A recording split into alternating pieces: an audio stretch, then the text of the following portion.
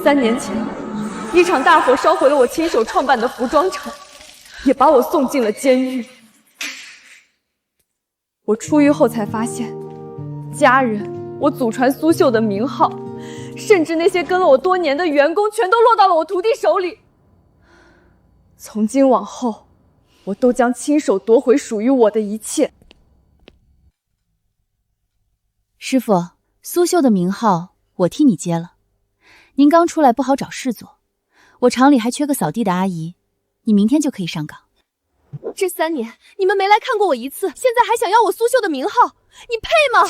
师傅，您现在除了这身旧衣服还剩什么？这3年要不是我和程远替你养着孩子，他们早就不知道在哪儿讨饭了。我留给孩子的100万，花到哪儿了？说清楚。留钱有什么用？这3年陪在我们身边的人是李琦，你呢？你在哪儿？钱我会查，现在把我孩子叫出来，我看看孩子。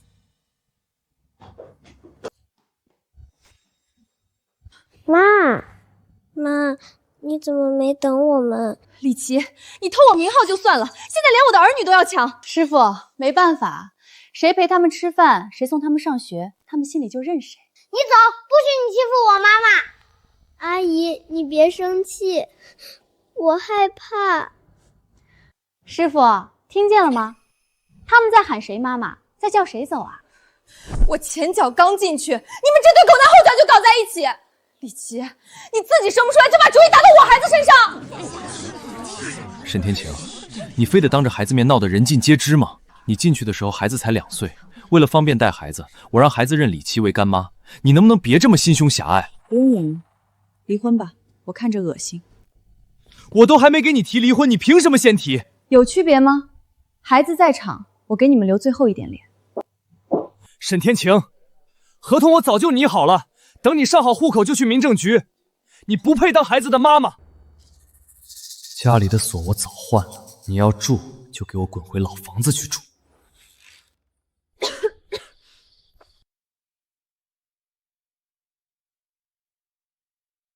幸好我祖传的东西还在。奶奶说过，我们沈家是御用织造天衣坊的后人，以前专门给皇室做衣服。李琦，我们的账从今天开始一笔一笔算。天晴，沈天晴，你在家吗？我听说你回来了，我找你有急事。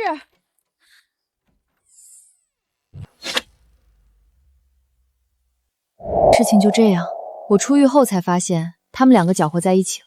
我的账慢慢算，你呢？唉，同是天涯沦落人啊！我出嫁当天，丈夫就死了。咋死的？算了，先聊正事吧。大晚上来找我是有什么急事吗？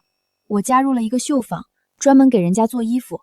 前阵子接了一件10万块的嫁衣订单，然后呢，客户要求太复杂，凤尾要盘金绣，牡丹花心要打紫绣，袖口还要双面异色绣，正面是红金鸳鸯，反面是青金暗纹，不能露线头，不能透底。你这针路乱了，硬绣只会全废啊！可是钱已经收了，10号前交不出来，绣坊要赔3倍钱。绣坊里所有老师傅都试过了，翻到背面全是乱线。今天7号，就剩3天了，你们还能做出来吗？本来我们都准备赔钱了，可我去监狱汇款的时候，听说你出来了，就第一时间来找你了。原来这些年给我汇款的人是你。高中那时候我们毕竟是同桌嘛。这单我接，3天后我要让所有人知道我沈天晴还没废。天晴姐，你放心，钱我们1分不要，到时候全给你，只要不耽误人家新娘子的婚宴就行，那罪过可就大了。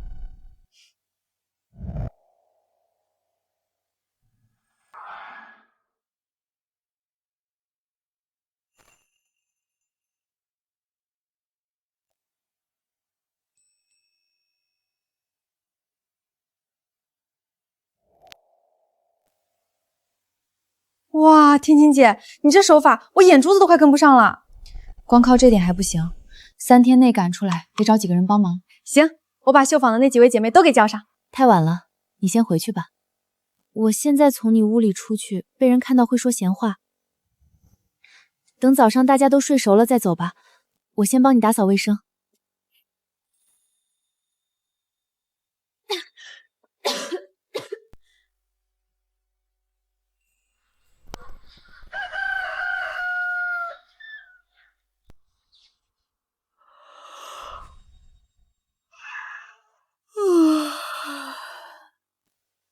杨珊珊，你来沈家干什么？师傅刚出狱，就跟客服寡妇凑一块接活了，这搭配倒是新鲜啊。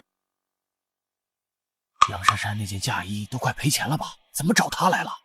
没那本事就别乱揽活，不光要赔钱，还耽误了别人婚期，名声都臭了。沈天晴，你给我出来！谁允许你乱跟别人接活的？你还嫌不够丢人？赶紧给我出来！我知道你在里面，你马上给我出来！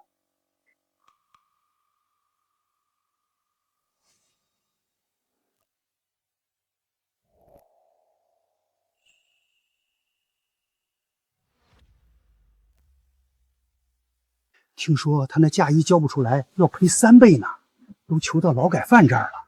我看这钱赔定了。3倍赔偿啊！这下她婆家那点家底，怕是要赔个干净喽。赶紧叫她婆婆来看看，儿媳妇把脸都丢到沈家门口了。藏啥呢？不会就是那件要赔钱的嫁衣吧？再伸手，我打断你的狗爪子！咋的？接这种烂活还不让人说？他是拿衣服来找我缝补，谁再拿寡妇2个字羞辱他，我撕乱他的嘴。沈天晴，你现在连自己都顾不住，还想替别人收拾烂摊子，别把自己看太高了。我自己的事儿，我负责，轮不到你管。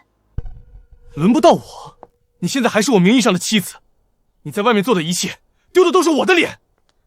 你们做不出这批货，是不是就想我程远哥来赔这笔钱？怎么可能？你跟李琦在一起的时候，想过自己还没离婚吗？我们只是在聊工作，而你刚出来就私自接活，替外人撑头，眼里还有没有我这个丈夫？柳成远，你现在真的很恶心。李琦，你别碰！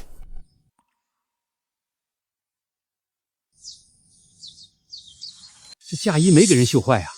这背面也有花，还看不见线头，双面异色。他坐了3年牢，手艺怎么还没废？再碰他的东西，我让你这只手再也拿不了针。会补一块袖口又怎么样？师傅，你现在没工作，连手艺传承都丢了，连孩子都不会认你。10号，老同学林婉彤的婚礼，100万级的大单，我的 AI 绣机一晚成衣。你当年教我的针法，现在都在替我赚钱。好，10号我会亲自到场，跟珊珊同一天亮相，正好可以看看到底是机器更先进，还是我的老手艺落后了。师傅，到时候别怕丢人不来呀！我要让你明白，沈家的名号在我手里才值钱。机器能仿针脚，仿不了分寸。李琦，别把偷来的东西当本事。都混成这样了，还端着沈家大小姐的架子呢。沈家在那场大火都烧没了。人家李琦都接100万大单了，他还守着老针法不撒手。周婶要是知道他那寡妇儿媳跟着这种人要赔人家30万，不得气疯掉啊！哈哈哈！来了来了，周婶来了，这下有好戏看了。周婶儿，你可算来了！你这婶媳妇抱着嫁衣找劳改嘴帮她绣衣服呢。听说你婶媳妇还和别的男人不清不楚。嘴这么闲，怎么不回家管好自己那点破事儿？周婶儿，你怎么还护着她？周婶儿，我们也是怕你家被人看笑话呀。看笑话？珊珊是我让她来找人修嫁衣的，你们一个个听风就是雨，巴不得别人赔钱倒霉，良心呢？妈，别为了我跟他们吵。周婶护得这么紧，不知道的还以为沈晴天真能替你们赔这3倍钱。柳成远，你最没资格说他。你靠入赘沈家起家，现在又裹上李琦欺负沈天晴，还要点脸不？周婶，年纪大了，说话还是留点分寸吧。还有你，自己下不出蛋，就想惦记师傅的孩子，连人家的人生都想占干净。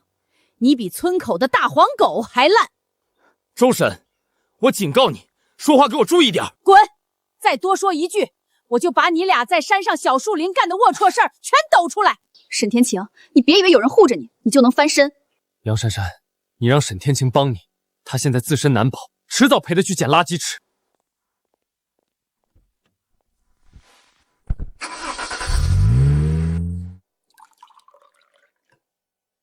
妈，你刚才为什么要替我撒谎？我不那么说，那些人的嘴能把你逼死。周婶儿，这份情我记下了，也谢谢你相信珊珊。她守着我这个病老婆子这么多年，做饭抓药，半夜背我去医院。她是什么人，我比谁都清楚。她心软，嘴笨，受了委屈也只会往肚子里咽。可谁要欺负她，我老太太第一个不答应。妈，别说了，我没那么好。我还没说完，那件嫁衣是我弄坏的，我拖累你这么多年，你不肯走，我就想让你恨我，离我远一点。只要秀部赔了钱，你就不用再守着我这个拖累了，到时候我再用积蓄补清赔偿。谁知你……妈，我没有别的亲人了，你赶我，我也不走。我们先看看嫁衣能不能在这2天内赶出来，这样就不用赔钱了。我年轻时也拿过针，要赶这件嫁衣，算我一个。好，现在绣房我要看料子和针路。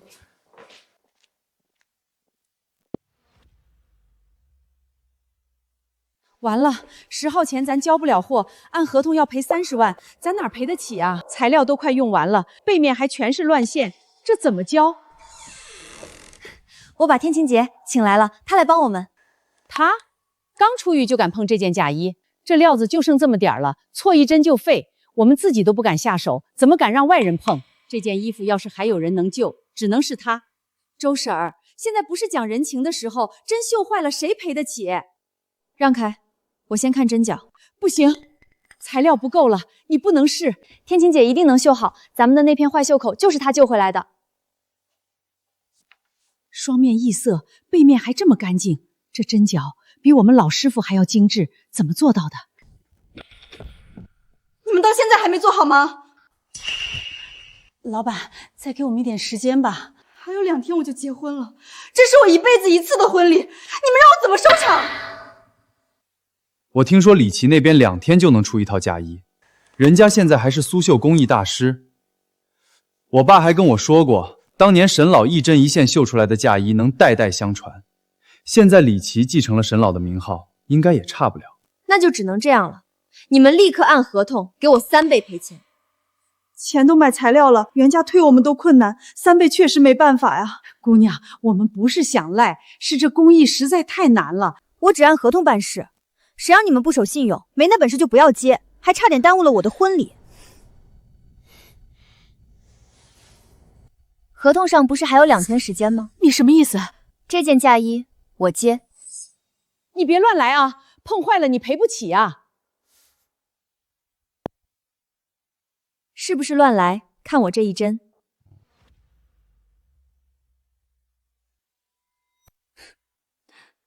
不是我看不起你，嫁衣是女人一辈子的体面，我不能拿婚礼来赌。别理他，我给李琦那边打个电话先。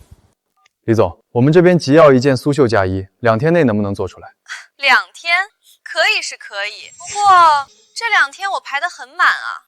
价钱好说，只要能赶出来，不耽误婚期。10号我要给镇上首富做一件100万级嫁衣，你们这种临时单，15万一件。15万？他这是趁火打劫。行，15万就15万，只要时间来得及。还有一个条件。什么条件？你们婚礼及时，不能跟首富嫁衣亮相的时间撞上，到时候媒体都在，酒店又在同一个地方。我可不想让你们这边的动静影响我客户的心情。婚礼及时竟然也要我们改，愿不愿意随你们？2天内能做这种级别嫁衣的只有我。15万我认了，可及时是2家老人挑的，李琦凭什么让我们改？那咱先考虑一下吧。不用考虑，真正能救这件嫁衣的人就站在你们面前。他叫沈天晴，沈老是他亲奶奶。哪个沈老？当年仅靠一根针绣出百鸟朝凤，被老一辈称作苏绣圣手的沈老。沈老的孙女。沈家的针手艺在他手上，李琦拿走的只是名号。这是天晴姐昨晚刚补出来的绣片，正面红金鸳鸯，反面青金暗纹。这真是手绣出来的吗？这比我想要的更好，还细。你真能在及时前做出来吗？能，前提是从现在起，所有人得听我安排。你真敢打这个包票？你们真录错了。凤羽盘金不能硬压，牡丹打子不能死堆，袖口双面异色，先藏线，再走暗针。对，难怪我们一直不敢起针。袖口这处得藏线，再走暗针。不愧是沈老奶奶的后人，这件衣服恐怕真只有您敢绣。赌一把？好，这件嫁衣交给你，沈老师，请你一定保住我的婚礼。金线、绣线，剩下的料子全拿出来，今晚谁都别睡。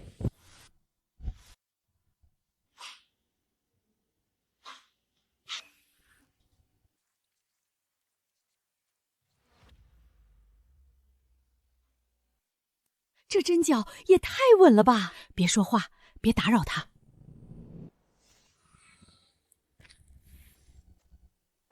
听说师傅接了个烂摊子，我这个徒弟当然要来看看。沈天晴真在里面接活啊？坐过牢回来，也只能接这种苦活了吧？都什么年代了，还守着这破宗坊过日子？爸爸，我们来这里干什么呀？不就是绣衣服吗？有什么好看的？师傅，没了名号，就只能靠接散活过日子了。这种又闷又破的地方，倒是配你现在的身份。我那边就不一样了，10号，首富家的100万嫁衣由我工作室出品 ，AI 2天成衣，全镇都等着看。阿姨，你为什么不用机器？我爸爸说，只有笨蛋才会自己一针一针的缝。他就是想逼我失控，越是这样，我越不能乱。好漂亮。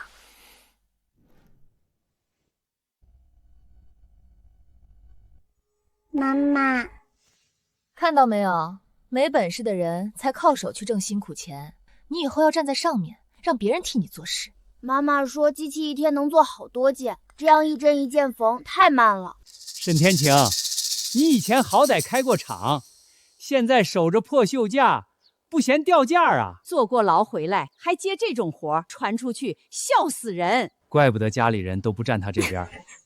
闭嘴！你们懂什么？这叫苏绣，不是你们嘴里的破针线活。坐过牢怎么了？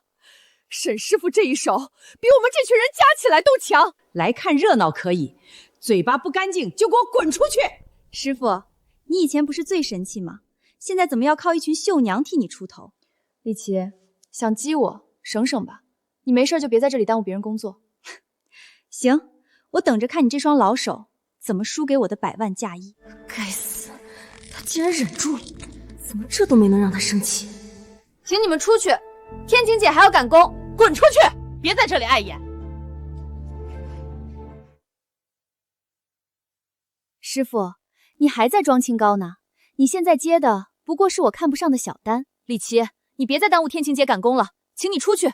你们真以为他能救你们？客户认的是我这个苏绣工艺大师，不是一个刚出狱的人。珊珊，那客户不会真反悔吧？这单要是没了，我们连材料钱都赔不起。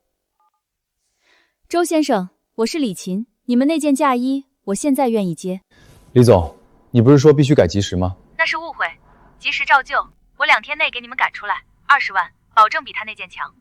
20万，又加价了。15万是昨天的价，现在只有我能兜底，20万不贵。沈天晴刚出狱，你们婚礼这么大的事儿，真敢压在他身上？李总，我们已经见过沈老师的手艺了。手艺，他那套一针一线的老办法早就该被淘汰了。可他看嫁衣看的是针脚及时和新娘的体面，你只看钱。这单我们不换人。你们想清楚，2天内能做出这种嫁衣的人，只有我。我们想得很清楚，就算你免费做，我们也不要。我们的嫁衣只会交给沈老师。你免费做人家都不要，你们就不要在这里丢人现眼了。请你们立刻出去。他们疯了吧？放着苏绣工艺大师不要，信一个刚出狱的人。他信的不是名号，是手艺。行，10号那天你们就会看到什么叫真正的差距。出去，别挡我光。走，这种低档次的东西看了脏眼睛。还看什么？走。天晴姐，你没事吧？没事。他越想看我乱，我越要把针走稳。怎么又断了？怎么会这么难？你针法不差，差的是心。什么时候心能静下来，什么时候才能学沈家的针法。天晴姐，你真的变了。现在的你比当年更稳，也更让人安心。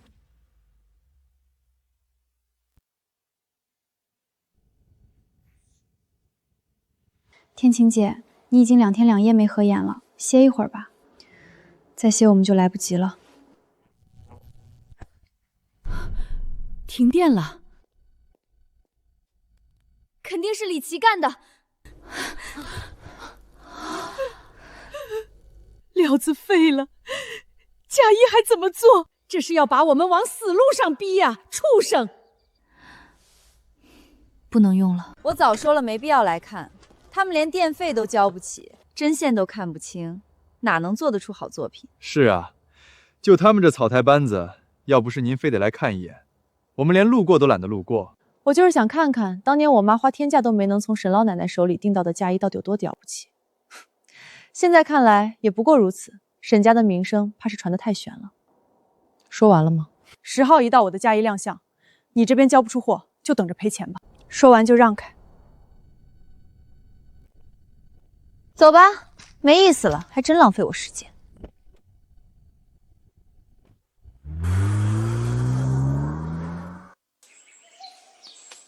天晴姐，来得及吗？鸡汁红绸废了，就用天然蚕丝重新补。苏木出红，气草压色，矿粉稳金。也就你敢这么干，可你这身体扛得住吗？扛不住也得扛，接了单，咱就必须按时交。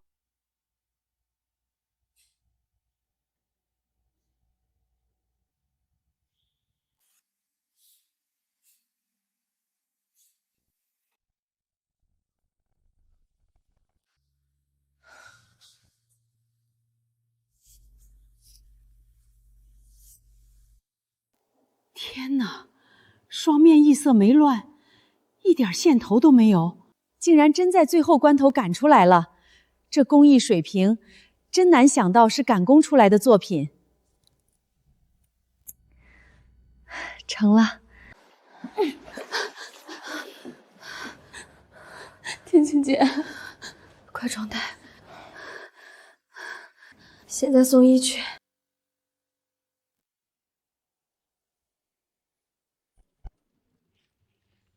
车借到了，只能骑这个。够了，走。你撑得住吗？嫁衣不到，我不能倒。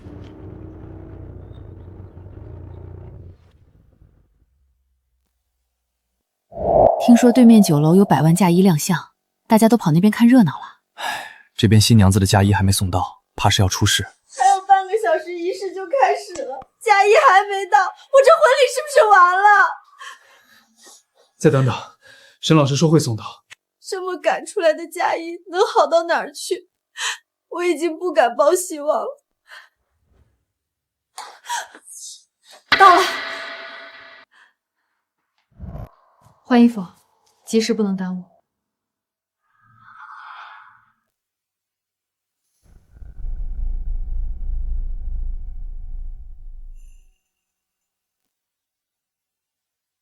这就是李琦工作室做的100万嫁衣，太漂亮了！这排场确实厉害。表面是好看，可细节有点虚。你看这儿，线头没藏住，这苏绣工艺大师徒有虚名。这么闪，谁看线头啊？嫁衣不是舞台服，细节撑不住就没匠人味道。各位，这套嫁衣采用 AI 智能绣制，主料是进口真丝缎，裙摆镶了3600颗钻石，金线用的是高密度盘金工艺，整套造价100万级，效率、精度和视觉效果都是行业顶尖。快看，对面酒楼有凤袍出现了，看着跟皇后一样，好漂亮！什么凤袍？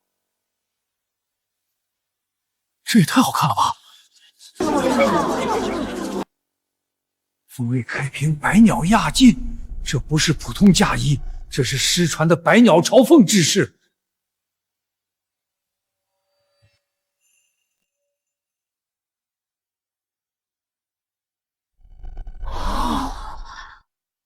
这才是嫁衣，这是沈老奶奶当年绝版的百鸟朝凤嫁衣，我竟然有幸还能亲眼看到。走走走，必须得近距离现场看看。我也去看看。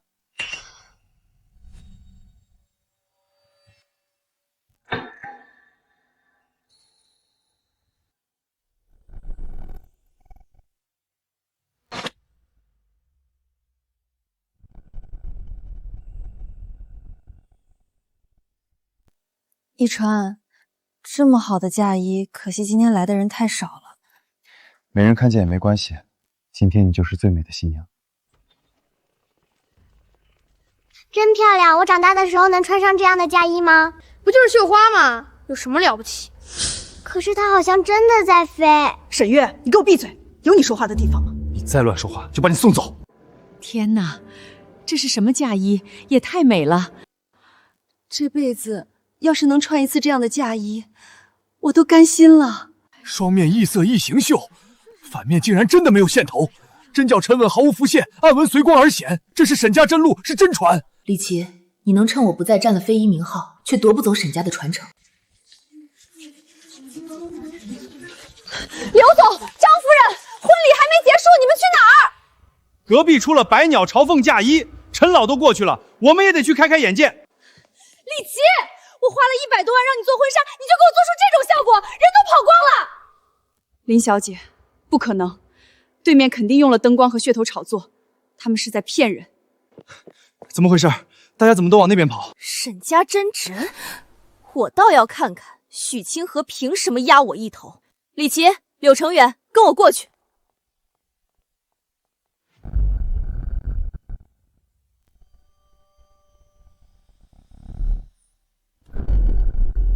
这怎么可能？不可能，这种针法，当年的他根本绣不出来。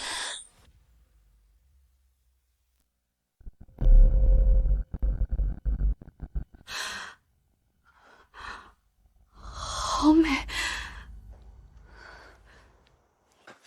婉堂，他那件就是廉价布料，哪比得上你身上的钻石？林大小姐那件不是号称100多万的高定吗？亮是亮，可钻太满，压住了衣服本身的美感。你看她那袖口是不是还有线头？花纹也死，一看就是机器压出来的。再看许清河那件，针脚干净，层次分明，凤纹一亮，整个人都压住场了。李琦，你给我解释清楚，这就是你收我120万做的极品高定？林小姐，您看见的只是局部细节，真正的高定看的是整体气场，不是拿放大镜去挑针脚。那他的衣服怎么解释？你不是说你是业界第一吗？现代设计讲效率和精准，机器绣制才稳定。对面那件只是借灯光占了便宜，真正做产业还得靠我这种标准化技术。标准化不等于粗糙。李琦，你这个苏绣工艺师对刺绣的理解真让我开眼了。嫁衣比的是针法、结构和体面，不是堆一身碎钻遮机器走线。你这件根本不配和台上那件相提并论。陈老，您不能因为偏爱传统手艺，就这么贬低我的作品。若非今天是婚礼现场，我现在就要问问你，这个苏绣工艺大师的名号到底怎么来的？陈老，这里边流程挺复杂的，今天就别在婚礼上说这个了。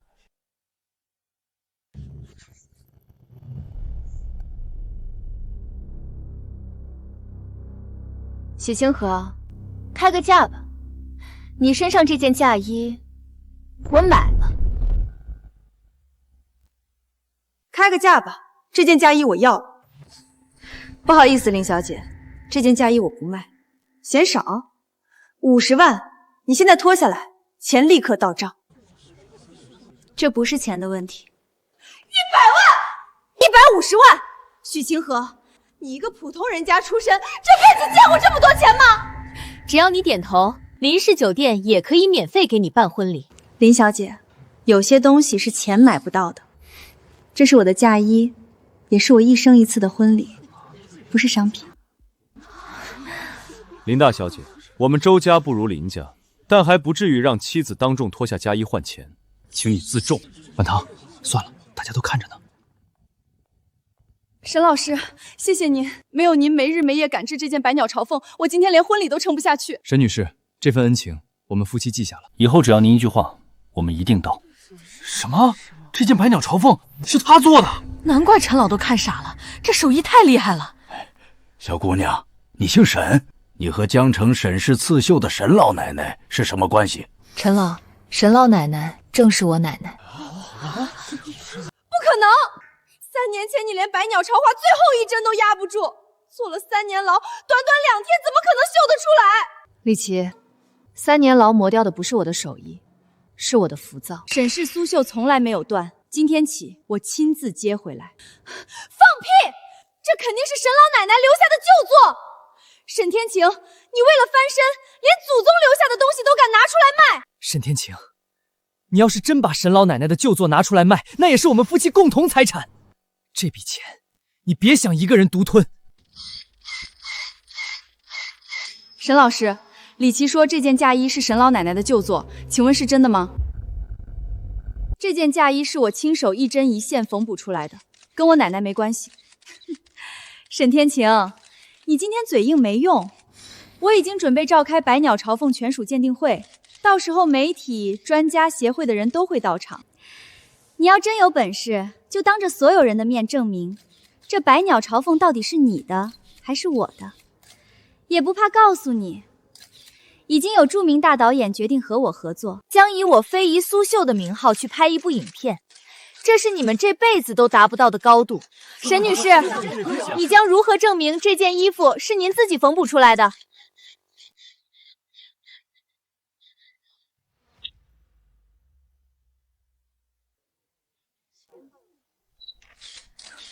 这件百鸟朝凤从起针到收尾，历时48小时，由我亲手完成。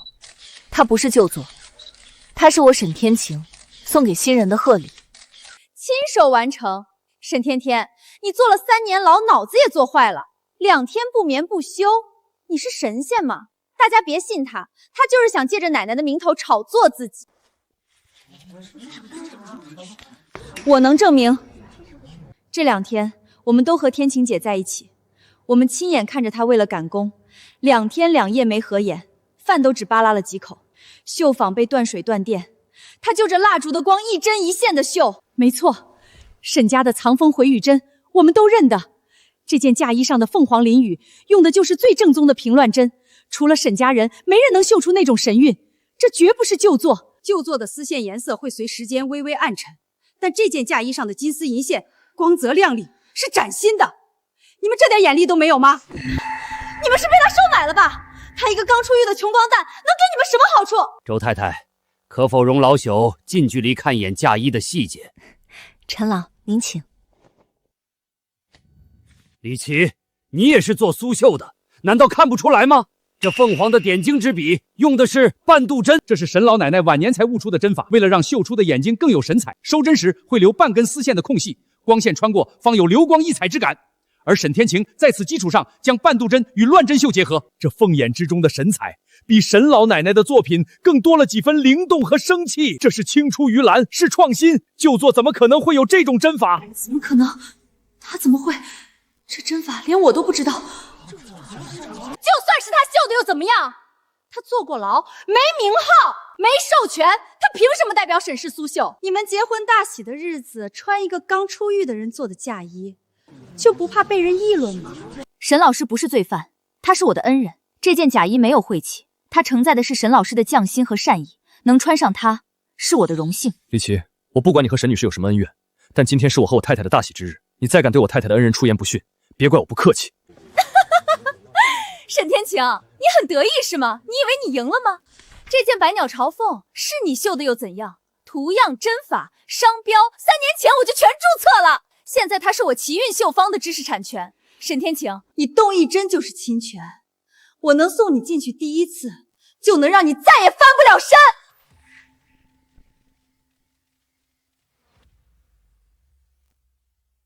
沈天晴，你的手艺、你的图样、你的招牌，现在都在我名下。你熬2天2夜，不过是在替我证明它值钱。许小姐，你犯不着替他出头，钱给我，我随时给你做同款，还有量产。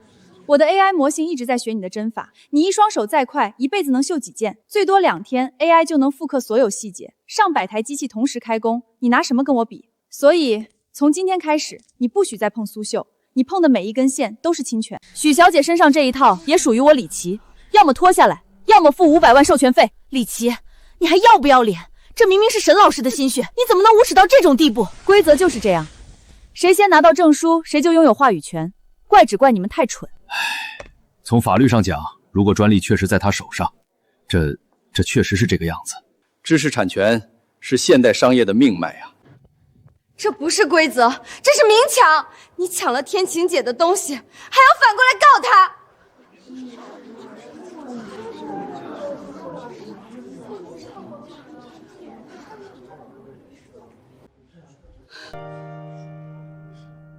你为什么不生气？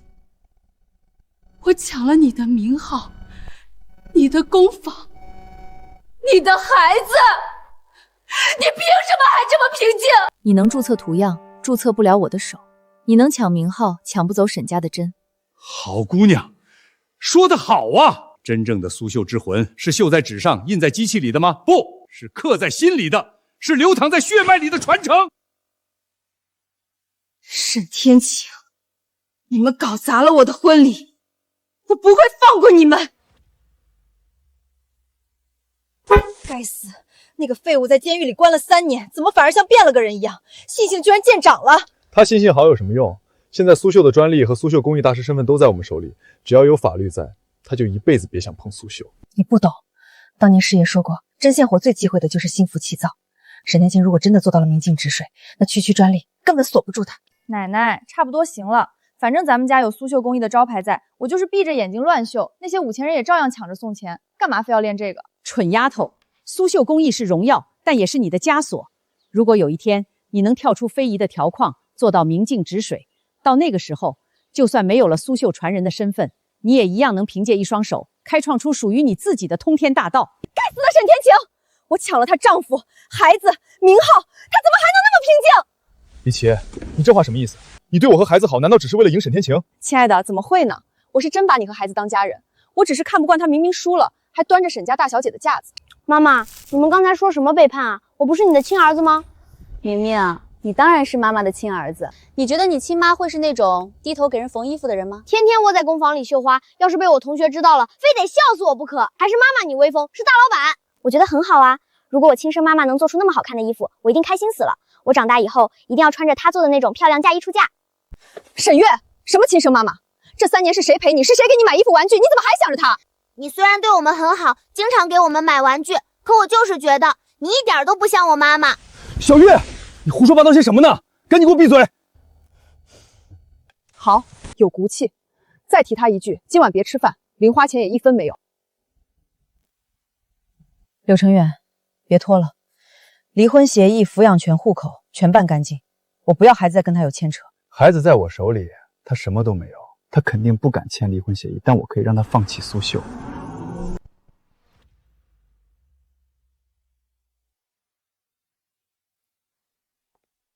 沈天晴，起来！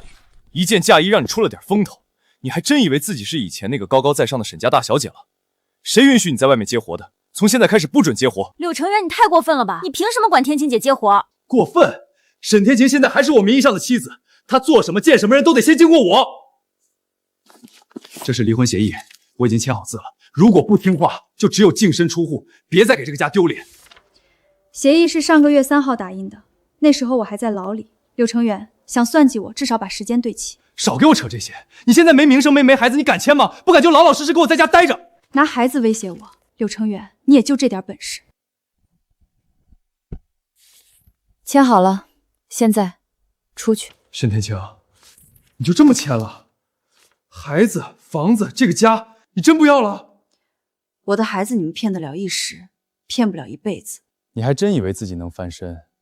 李琦已经开始封你的路了，很快你连一根线都买不到，到时候别说孩子，你连这个破工坊都保不住。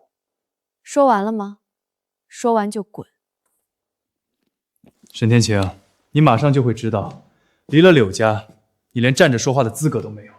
天晴姐，你别一个人扛，我帮你，不用替我挡道，站我身边就够。我妈说再干1个月没起色，就让我去电子厂，守着绣架，连饭都快吃不上了。现在苏绣工艺大师的名头在李琦手里，咱们连好物料都买不起，怎么翻身？想走的我不拦，留下的从今天开始听我调度，天一广不会倒。婚礼那天，很多宾客都说那件百鸟朝凤值得加彩，我把礼金里多出的20万带来了，10万是宾客心意，另外10万是我投给天一富。沈老师，我信你的手艺，也信天一坊能重新站起来。这份信任我记下了，钱不会白花，天一坊也不会白起。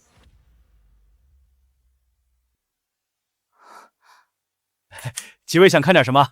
我们店里的料子可是全城最好的。老板，最好的金线和云锦红绸拿出来。哎呦，这位师傅真是好眼光，一看就是行家。稍等。师傅，这料子真是太好了。百鸟朝凤的热度还在，趁现在用最好的料做一批能立住天一坊招牌的绣品。听几位的口气，是哪个大工坊的师傅吧？我们是天一坊的，这位就是做出百鸟朝凤的沈天晴，沈师傅。不卖不卖，这些东西不卖给你们。老板，你这是什么意思？我们钱都带来了。不是钱的事儿，沈师傅，您还是请回吧。我这小店儿惹不起大人物。谁打过招呼？李总，他的公司是我们头号客户，我们得罪不起，你还是走吧。李琦，手伸得够快，他这是颠倒黑白，分明是他抄袭。除了高级布料，那普通红绸和丝线卖不卖？沈师傅，不行啊！李琦现在在行内只手遮天，我得罪不起。你们快走吧，我估摸着你们之前去过的那几家，这会儿已经把消息传到李琦耳朵里了。沈天晴，来买材料，买到一根线了吗？没线没布，你这双手还能做什么？师傅，我要让你看清楚，现在谁才是沈氏苏绣的？还在装冷静？看到这个，你还能装得下去吗？李琦，天一坊是沈家的，百鸟朝凤是天晴姐的心血，你凭什么据为己有？凭我有证书、有登记、有协会认证。沈天晴，现在不是你会几针就能说了算的时代。我已经通知了所有供货商，谁敢给天一坊一针一线，就是协助侵权。你会绣又怎样？没线没布，你拿空气绣。李总，你有必要做的这么绝吗？我们只是想重开天一坊，挣口饭吃。饭碗？我一句话，你们连一根线都买不到。想重开天一坊？不好意思，这3个字现在归我。师傅，没我的允许，你连线都买不到，别折腾了，回去当你的扫地阿姨吧。走。天晴姐，李琦把路都堵死了，材料买不到，天一港怎么办？他会堵路，我早料到了。天晴姐，你还有办法？回老宅。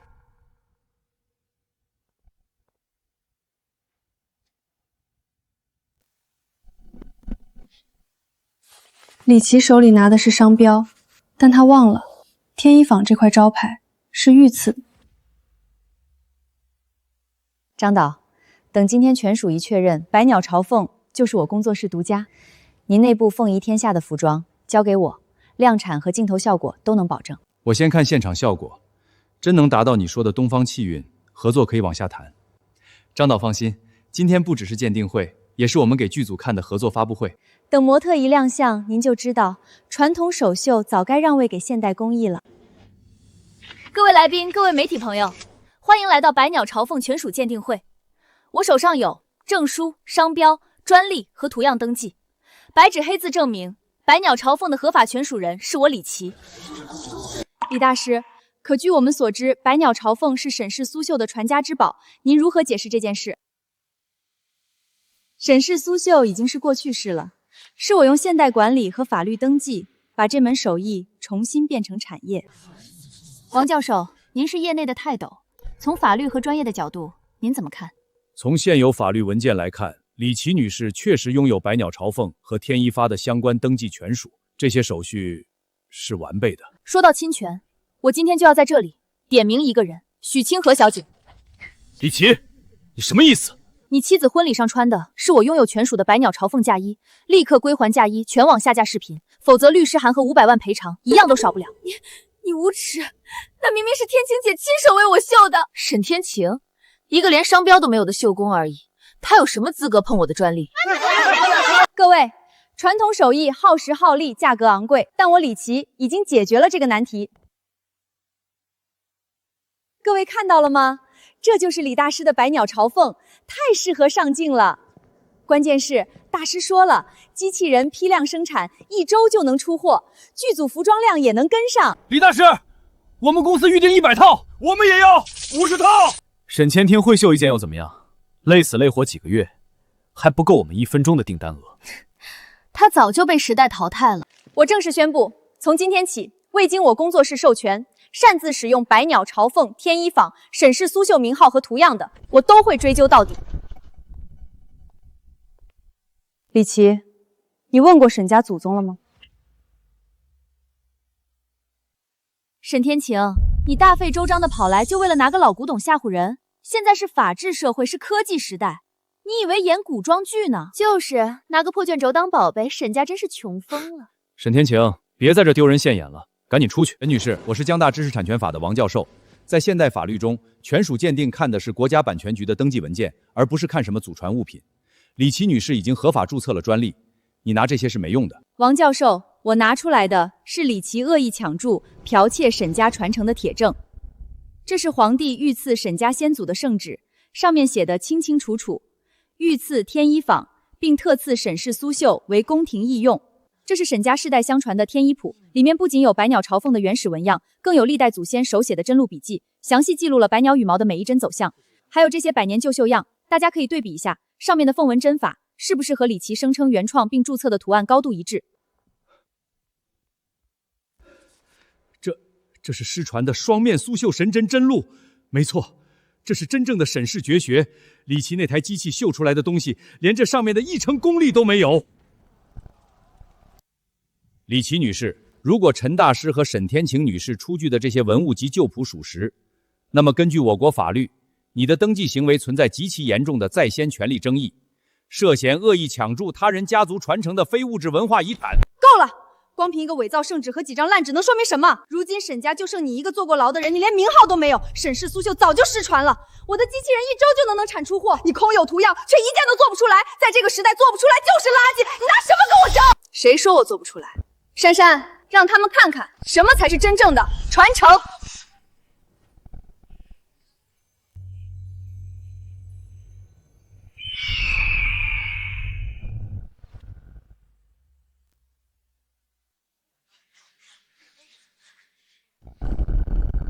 天啊，这真的是衣服吗？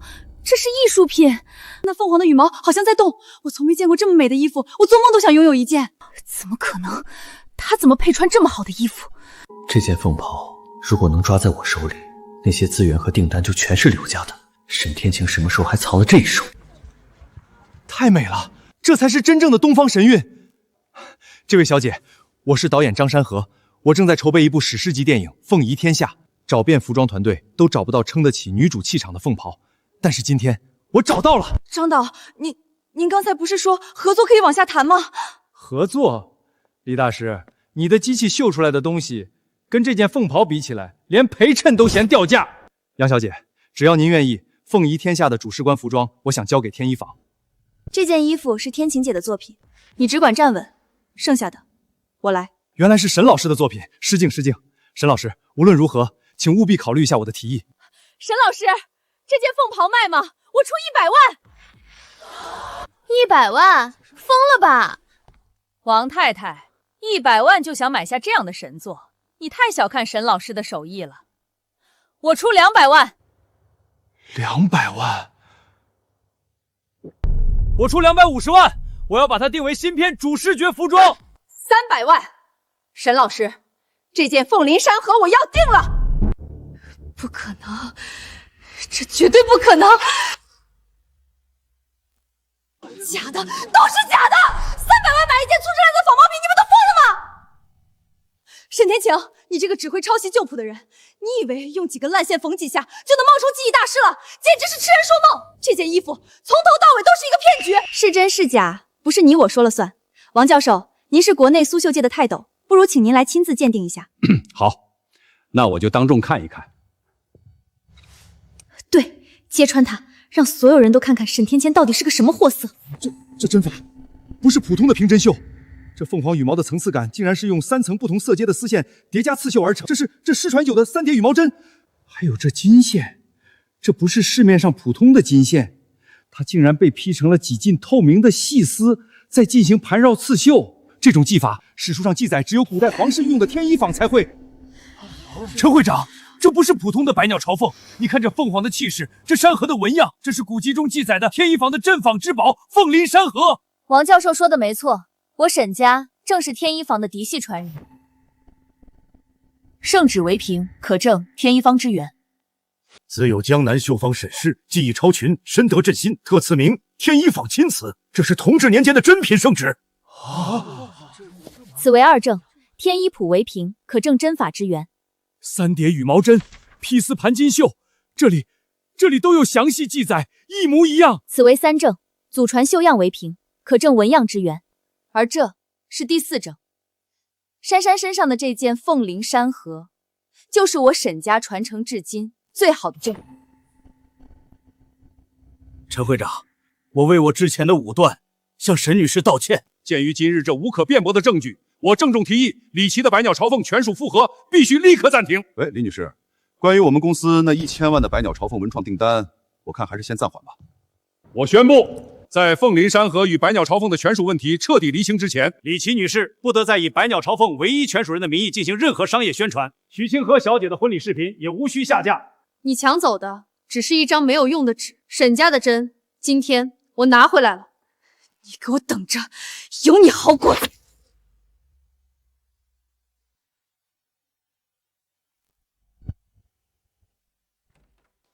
晴姐，火了，我们彻底火了！慢点说，什么事儿这么激动？你看这些，全都是订单。自从发布会之后，我们的凤临山河在网上传疯了，好多大老板都在抢着打电话下单。我们的账上现在有多少钱？我刚算过，之前那笔订单的20万尾款到账了，青回姐又给我们投了10万块，再加上这些预款，姐，我们账上现在有50多万了，整整50多万啊！他太好了，但是光有订单还不够。珊珊，你去把姐妹们都叫。姐妹们，今天叫大家来，是想跟大家商量一件事。现在我们有订单，也有了第一笔启动资金，我想把这笔钱用来重建我们的工坊，大家愿不愿意跟着我一起把天一坊真正的建起来？天晴姐，我们当然愿意，做梦都想呢。是啊，这破地方早就该换了，跟着天晴姐有奔头。天晴姐，我男人就是搞建筑的，我让他过来帮忙，都是自家人，要不了多少钱。我男人在家里种地，闲着也是闲着，一身的力气没地方使，我叫他过来搭把手，搬砖砌墙都行。大家的心意我领了，但是亲兄弟明算账，该给的工钱1分都不能少。我们要做的是一番事业，不是过家家。而且，重建工坊有一件事比什么都重要，那就是消防。服装纺织行业本身就是1级防火单位，布料、棉线一点就着，我们绝对不能有任何一丝一毫的疏忽。天晴姐，当初那场意外就把所有东西都烧光了，还害得你坐了牢。珊珊，等新工坊建好，你立刻去联系消防部门，安排定期的消防安全培训和逃生演练，每个姐妹都要学会怎么用灭火器，消防通道绝不能堆放任何杂物。最近天干物燥，大家下班前一定要再三检查，所有电源必须关闭，绝对不能留下任何火灾隐患。对不起，天晴姐，我不该提的，惹你想起那些不开心的事儿。没事儿，都过去了。人总要经历挫折才能成长。对我来说，那些经历未必是件坏事，至少它让我看清了人心，也让我知道接下来该怎么走才能万无一失。我这就去组织大家跟姐夫们商量建厂的事儿，保证用最快的速度、最好的质量把咱们的新家盖起来。天一坊，这一次我绝不会再让你倒下。曾经一场大火烧毁了我的心血，将我推入无尽的深渊。他们以为这样就能让我屈服，让我永远无法翻身。但烈火烧不尽涅槃的羽翼，只要心头的火种不灭，我的天一堂正在废墟中重生。一丝线，一砖一瓦，我会亲手夺回属于我的一切。天晴，周婶年纪大了，见过不少起起落落，你能从那样的苦日子里站起来，还能把大家重新聚到一起，不容易。今天这天一坊开门，周婶替你高兴，也替这些绣娘高兴。周婶，只要大家愿意信我，我就带大家把天一坊这块招牌重新立起来。沈师傅，我今天不是来看热闹的，我已经和几位合作师谈好了，天一坊开业后的第一批订单，我们来投。手艺人不该只被人心疼，也应该被市场看见。天晴姐，你看，大家都在等天一坊重新站起来。姐妹们，今天是我们天一坊重生的日子，未来我们要让全世界都看到我们苏绣的绝美。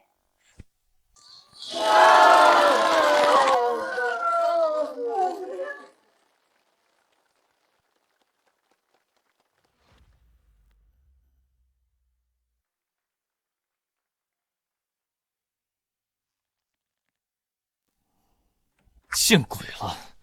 今天又有3个老客户说要暂停合作，一个个嘴上说考虑，实际就是看沈天晴那边起来了，想观望。你还有心思管客户？你看看这个，天一坊都挂牌了，你不是说让他别碰苏绣吗？我怎么知道他还有这个本事？他明明一个什么都没有的劳改犯，凭什么起家？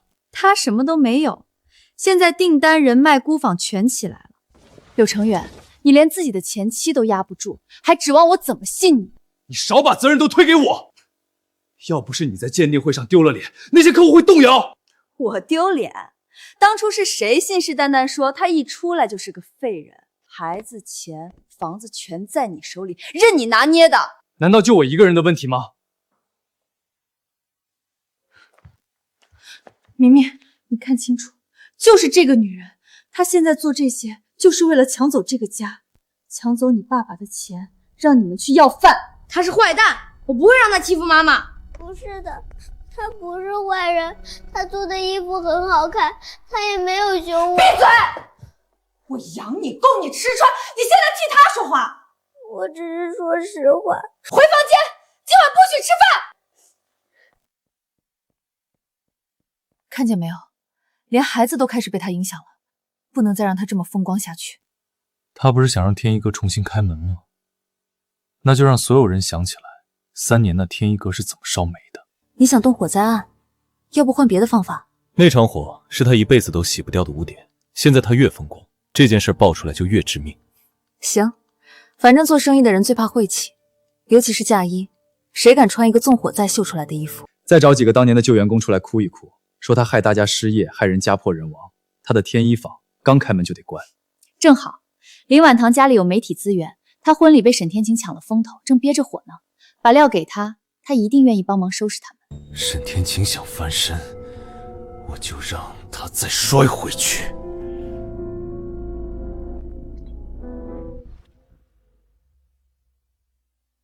我花100万重金办的世纪婚礼，居然让你沈晴听当了垫脚石，成了全城的笑话。林小姐，何必为了一个无关紧要的人生这么大的气？柳成元，你来干什么？你那个没用的前妻，现在都快骑到我头上来了。我是来给林小姐送一份大礼的，一份能让沈天晴永不翻身的大礼。她沈天晴可不是什么清清白白的天才秀娘，她就是个劳改犯。当年因为她疏忽大意，一场大火害死了好多人。纵火犯。要是让他那些客户，让那些准备捧他的投资人知道他过去这些烂事，林小姐，你说他的天一坊还开得下去吗？柳成远，你果然够狠！我黎家手里有全城最好的媒体资源，我倒要看看一个杀人犯还怎么得意。晴姐，大好事儿！今天上午才过去一半，就又多了10个新客户的咨询，还有2家公司直接下了企业定制的大订单。大家都辛苦了，记得让他们注意休息，质量是第一位的。还有更厉害的，之前我们联系的那个张大导演，他的助理刚才来电话说，张导过几天要亲自来我们工坊考察，如果想中了我们的工艺，不止电影的服装全部交给我们，甚至还要请人演女主角。行了行了，天大的好事儿也得先吃饭，活是干不完的，可不能饿着肚子干。晴晴、珊珊，你们俩也快过来吃。不好了，晴姐、周姐，出大事了！怎么了？慢慢说。外面来了一大群人，堵着我们的门不让开张。他们说他们是当年火灾受害者的家属。大家快来看啊！就是这个叫沈天晴的黑心老板，当年压榨我们，让我们没日没夜的干活，最后还放火烧死了我的家人啊！他就是个杀人凶手！你这个杀人凶手，你还有脸出来？我可怜的女儿啊，就是被你这个黑心老板害死的！天哪，原来天一坊的老板是杀人犯！这样的人还有脸来开工坊捞钱？他当年为了赶工，逼着工人没日没夜的干活，最后作坊走了水，他自己先跑了，我女儿活活被烧死在里面，他1分钱都没赔给我们啊！你胡说八道，血口喷人！我们青姐不是那样的人。你说你女儿是当年火灾的受害者，她叫什么名字？我女儿叫什么？用得着告诉你吗？你害了那么多人，还想一个个对名字赖账？当年所有受害者家属我都一一登门拜访过，每一户我都记得，你我没见过。你们看，他还想赖，他害死我女儿，现在还说不认识我，没天理呀！他说的没错，沈天晴当年确实害了不少人。李琦，果然是你搞的鬼。师傅，别急着给人扣帽子，当年那些事难道不是你自己做的吗？各位，我叫李琦，是他以前的徒弟，我可以作证，当年那场大火根本不是单纯意外。沈天晴为了赶工，逼迫工人加班到深夜，最后才酿成惨祸。闺女啊，你可算替我们说句公道话了，连徒弟都出来指证了，那肯定有问题啊！这种人开的工坊，谁还敢买他的衣服？滚出去！别在我们这里坑人！李琦，你明明比谁都还要清楚，天晴姐当初对员工是出了名的好，你为什么非得陷害我们呢？陷害？你跟他是一伙的，你当然得帮他说话。李琦，做人别太绝，人心亏了，迟早要还。周婶儿，您这话说的可真正义，不知道沈天晴给了您多少钱，才让您昧着良心替他站台？放你娘的屁！你们来天一坊门口撒泼，我都一把年纪了，还往我头上扣死盘子！不给赔偿，我今天就不走了，我就死在你们门口！好啊，那我今天先把你铲出去！疯了，这老太婆疯了！走走走，别真来铲子！以周老太的性格，她还真敢铲下去。沈天晴，别急，今天只是开胃菜，真正的好戏还在后头呢。晴姐，完了，全完了。怎么了？自从昨天李琦带人来闹事，我们谈好的那几个大订单全都黄了。不仅如此，之前平息下去的工坊权属问题又被翻出来了，现在网上所有人都在骂你这帮颠倒黑白的畜生。天一坊不是靠几句脏话倒下的，当年那场火没烧垮我，现在更不会。各位朋友，沈天晴的行为不仅是对生命的漠视，更是对苏绣这门艺术的玷污。我师父不，沈天晴做出这种事，我痛心疾首。我今天站出来，就是为了清理门户，不能让他再败坏苏绣的名声。这是苏绣的传承证书，我李琦才是沈家苏绣唯一的正统继承人。为了让苏绣这门古老的艺术走进千家万户，我们结合了现代科技，实现了精品量产。这件凤灵山河将是我们用最新技术复刻出的第一件作品，从今天起，欢迎大家踊跃订购，价格公道，童叟无牵。那不是你给苏清河小姐做的那件婚仪吗？凤灵山河，他怎么敢？他居然直接偷了你的设计，说是他们的产物，无耻，简直无耻至极！这哪是人了，分明就是一群强盗！绣销们也都被家里拦着不让来，今天一个都没敢来上班。现在厂子里就剩我们4个了。别急，他们的底牌已经出完了，他们蹦跶不了多久了。顾会长，下个月的国际文化交流展，我们苏城这边还是没有能拿得出手的苏绣代表作。我们号称苏绣之乡，却连一件镇得住场面的作品都找不到，真是笑话。要是当年的沈老还在就好了。他那一手绝活，如今竟然后继无人了吗？这有沈老的风味，难道是沈老的传人出现了吗？快去联系商家。你们展示的那件凤灵山河，我看过图了，确实有几分沈老的风格。刚刚证书会我也看了，没问题。这个合同我可以签。顾会长好眼光，不过合同细节嘛，这预付30%可不行。你们是来料加工，预付30%是行业里的规矩。看在沈老传人的份上，价格我们已经涨了几倍，这是最大的诚意。别人是别人，我是我。顾会长，实话跟您说，我们工厂排期已经到半年后了。您这批加急货，放眼整个苏城，只有我们能做。顾会长，实在不行，您可以去找别人。我敢保证，别人做不出这种水平，也拿不出来展览。那你们要预付多少？8成？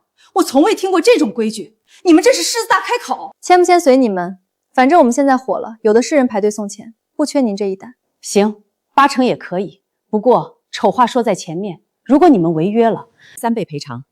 我唯一的条件是，你们必须保质保量，月底之前赶出来。下个月初我们要办全市文旅宣传活动，这件作品是重头戏。没问题。修改协议，按8成预付款打款给他们。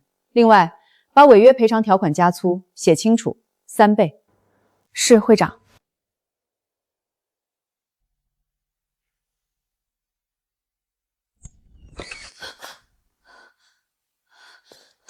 秦姐，别走正门，快，我们走后门。怎么了？外面围了一大群人，黑压压的，看着就不是善茬，搞不好又是来闹事要赔偿的。万一他们动手伤到你怎么办？是福不是祸，是祸躲不过，我们不能一遇到事情就躲。我也想知道，这苏城究竟哪来的那么多受害者？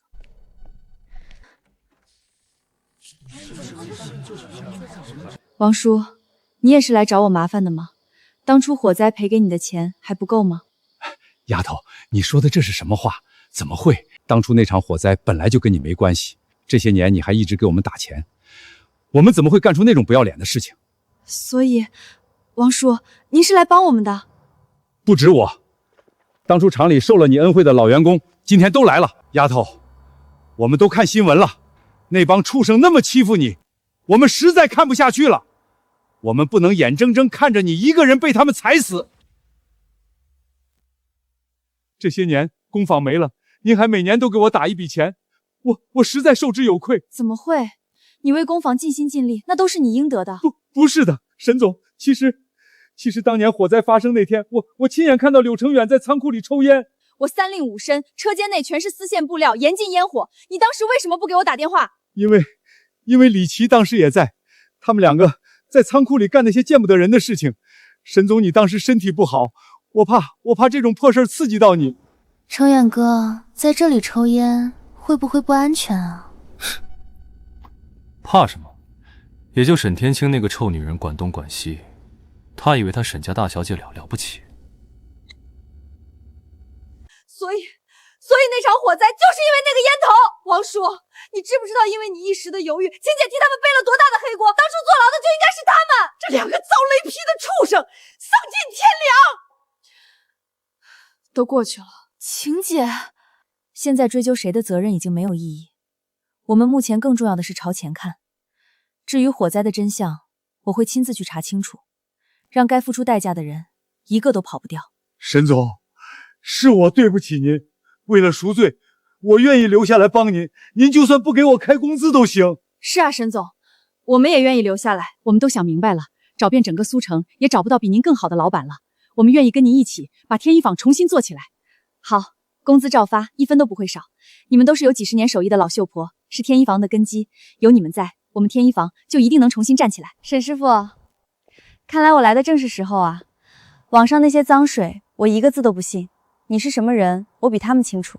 上次清河婚礼，要不是你那件嫁衣，我们周家脸都丢尽了。正好我爸那边有一批国风礼服订单，原本要交给外地厂家做，我想拿来给天一坊包工包料，先做3000套。张姐，这几针牡丹的渐变线用的太紧了，丝线稍一点，花瓣才有灵性。哎呀，还是沈总眼尖，我这就拆了重绣。大家先歇会儿吧，我买了鲜肉月饼和奶茶，趁热吃。周家这批单子赶得急，辛苦大家了。谢谢沈总，我这肚子正叫呢。沈总，网上那些人骂您黑心老板，我听着真憋屈。您对我们什么样，我们心里都有数。就是，加班费1分不少，谁家里有难处，您还先垫钱。李琦凭什么在网上胡说八道？秦姐，外面有人找你。谁？你出去看看就知道了。大家先吃，吃完再工作。不行，咱不能光吃沈总的东西，让他一个人在网上挨骂。对，咱们都是天一坊的老员工，谁最有发言权就是咱们。录视频，实名作证。我是天一坊老员工，我实名证明，沈天晴从来没有拖欠过我们工资，更没有压榨员工。李琦在网上说的那些全是假的，沈总平时怎么对我们天一坊所有人都能作证。实名举报李琦造谣诽谤，当年的火灾跟沈总一点关系都没有。光举报不够，网上造谣也是违法的。我报警。喂，警察同志，我要报警，有人在网上恶意造谣，污蔑我们老板和工坊。你怎么来了？妈妈，妈妈，月儿，你认出妈妈了？你果然才是我的亲妈妈，家里那个妈妈是坏人。他们是不是欺负你了？没有，他们没有欺负我，也没有打我。妈妈，你不要去找那个假妈妈的麻烦，她会打你的。我的乖女儿，你怎么这么懂事？都怪妈妈，是妈妈没用，没能好好陪在你身边。孩子太懂事了，他怕我去找麻烦吃亏，才故意撒谎。柳成元、李琦，你们敢这样对我的孩子，我绝对不会放过你们。沈月，你给我回来！谁让你来找这个劳改犯的？她不是劳改犯，她就是我妈妈，我都听到了。程远，这次文旅协会的1000万大单我们拿下了，以后就要发财了。还不是你厉害？就是沈月那个小丫头，真是个养不熟的白眼狼，给她吃给她喝，心里还向着沈天晴那个贱人。既然已经离婚了，那2个孩子的名字也该改回来了，省得以后别人还以为他们跟那个劳改犯有关系。既然你都听到了，那我就跟你明说了，她确实是你亲妈，但她是个坐过牢的坏女人。你跟着她就不怕同学都嘲笑你吗？我不怕。柳成远，你有什么冲我来？你竟敢这样欺负我的女儿！这笔账我会一笔一笔跟你算清楚。跟我算账？沈天晴，你刚从牢里出来，一穷二白，拿什么跟我斗？法院已经把孩子的抚养权全都判给我了，就算他认你又如何？女儿只能跟我走。沈天晴女士，根据法院判决，由于您刚出狱，无稳定工作及收入来源，不具备抚养子女的条件，目前沈月和沈明的抚养权都归柳成远先生所有。沈月，给我回来！你不回来的话，连弟弟都不要了。你看看你妈，她现在连自己都顾不上，她养得起你们？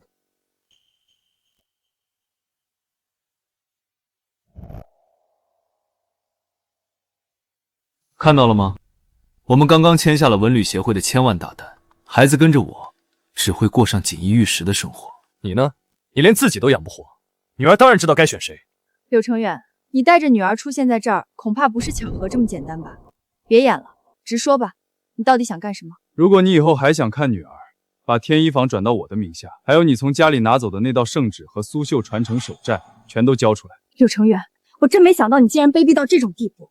连自己的亲生女儿都拿来当成利用的工具。我这不叫利用，我只是想让孩子过上更好的生活。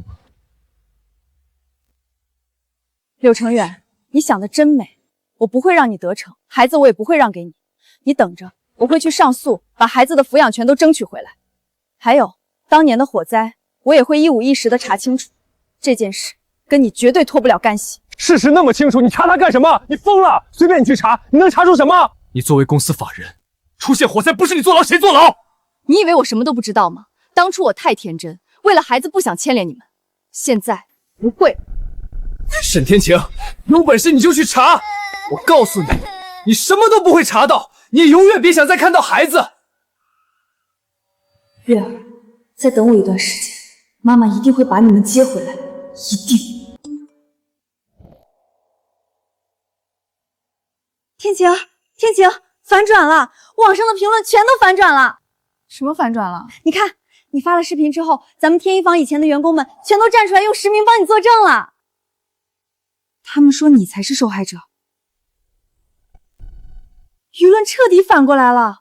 平台刚刚发布公告，因为恶意诽谤、散播不实信息，柳成远和李琦的账号被封禁10年。成远，这次我们不仅拿下了文旅协会的1000万大单，还靠着沈天晴那个贱人又火了一把。等我们发布新产品，肯定能卖爆，到时候我们就发财了。那是当然。我来看看，咱们的账号又涨了多少粉？今天晚上就开直播，趁热打铁，把新品预售链接挂上去。怎么回事？我的账号怎么登录不进去了？怎么可能？是不是信号不好？我看看，封禁10年，这怎么可能？沈天晴，一定是沈天晴那个贱人搞的鬼！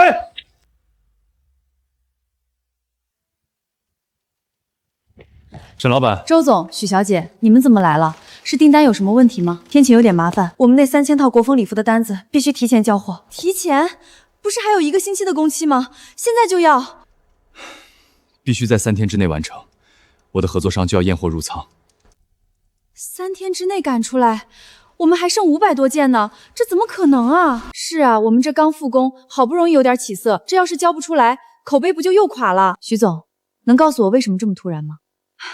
李琦到处把你的事情宣扬出去，又说你们诈骗预付款，导致我的合作方很担心，所以才提出要提前验货。这个李琦真是阴魂不散，他就是想看我们死。大家静一静，听我说，这单我们非但不能丢，还要做得漂漂亮亮。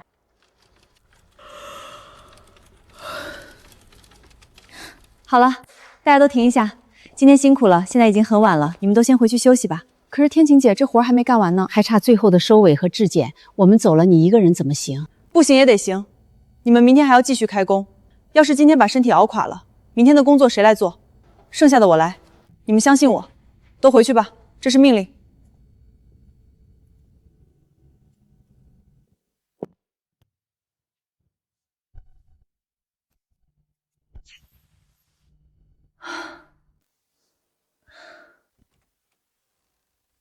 你们怎么回来了？不是让你们回去休息吗？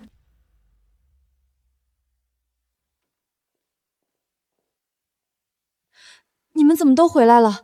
天晴，这么大的事，我们不能让你一个人扛。沈总，天一屋好不容易活过来，这次绝不能再倒下。都看我干什么？吃饱了才有力气干活，过来吃。好，我们一起把这单交出去。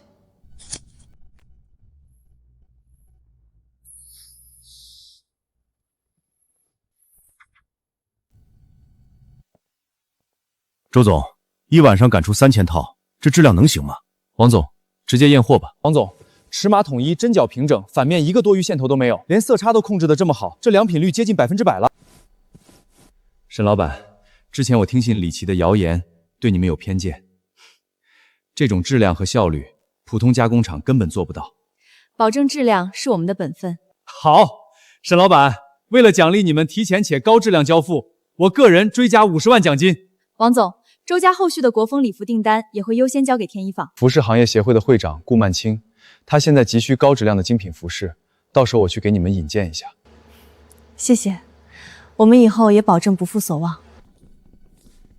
这50万奖金是大家熬夜拼出来的，我决定拿出10万给大家分红。天晴，你太棒了！算这丫头有良心。从现在开始，大家回去带薪休假3天，都回去给我好好休息吧。天一坊这次真的站起来了，现在没能阻挡我们的脚步，我会把失去的一切一一夺回来。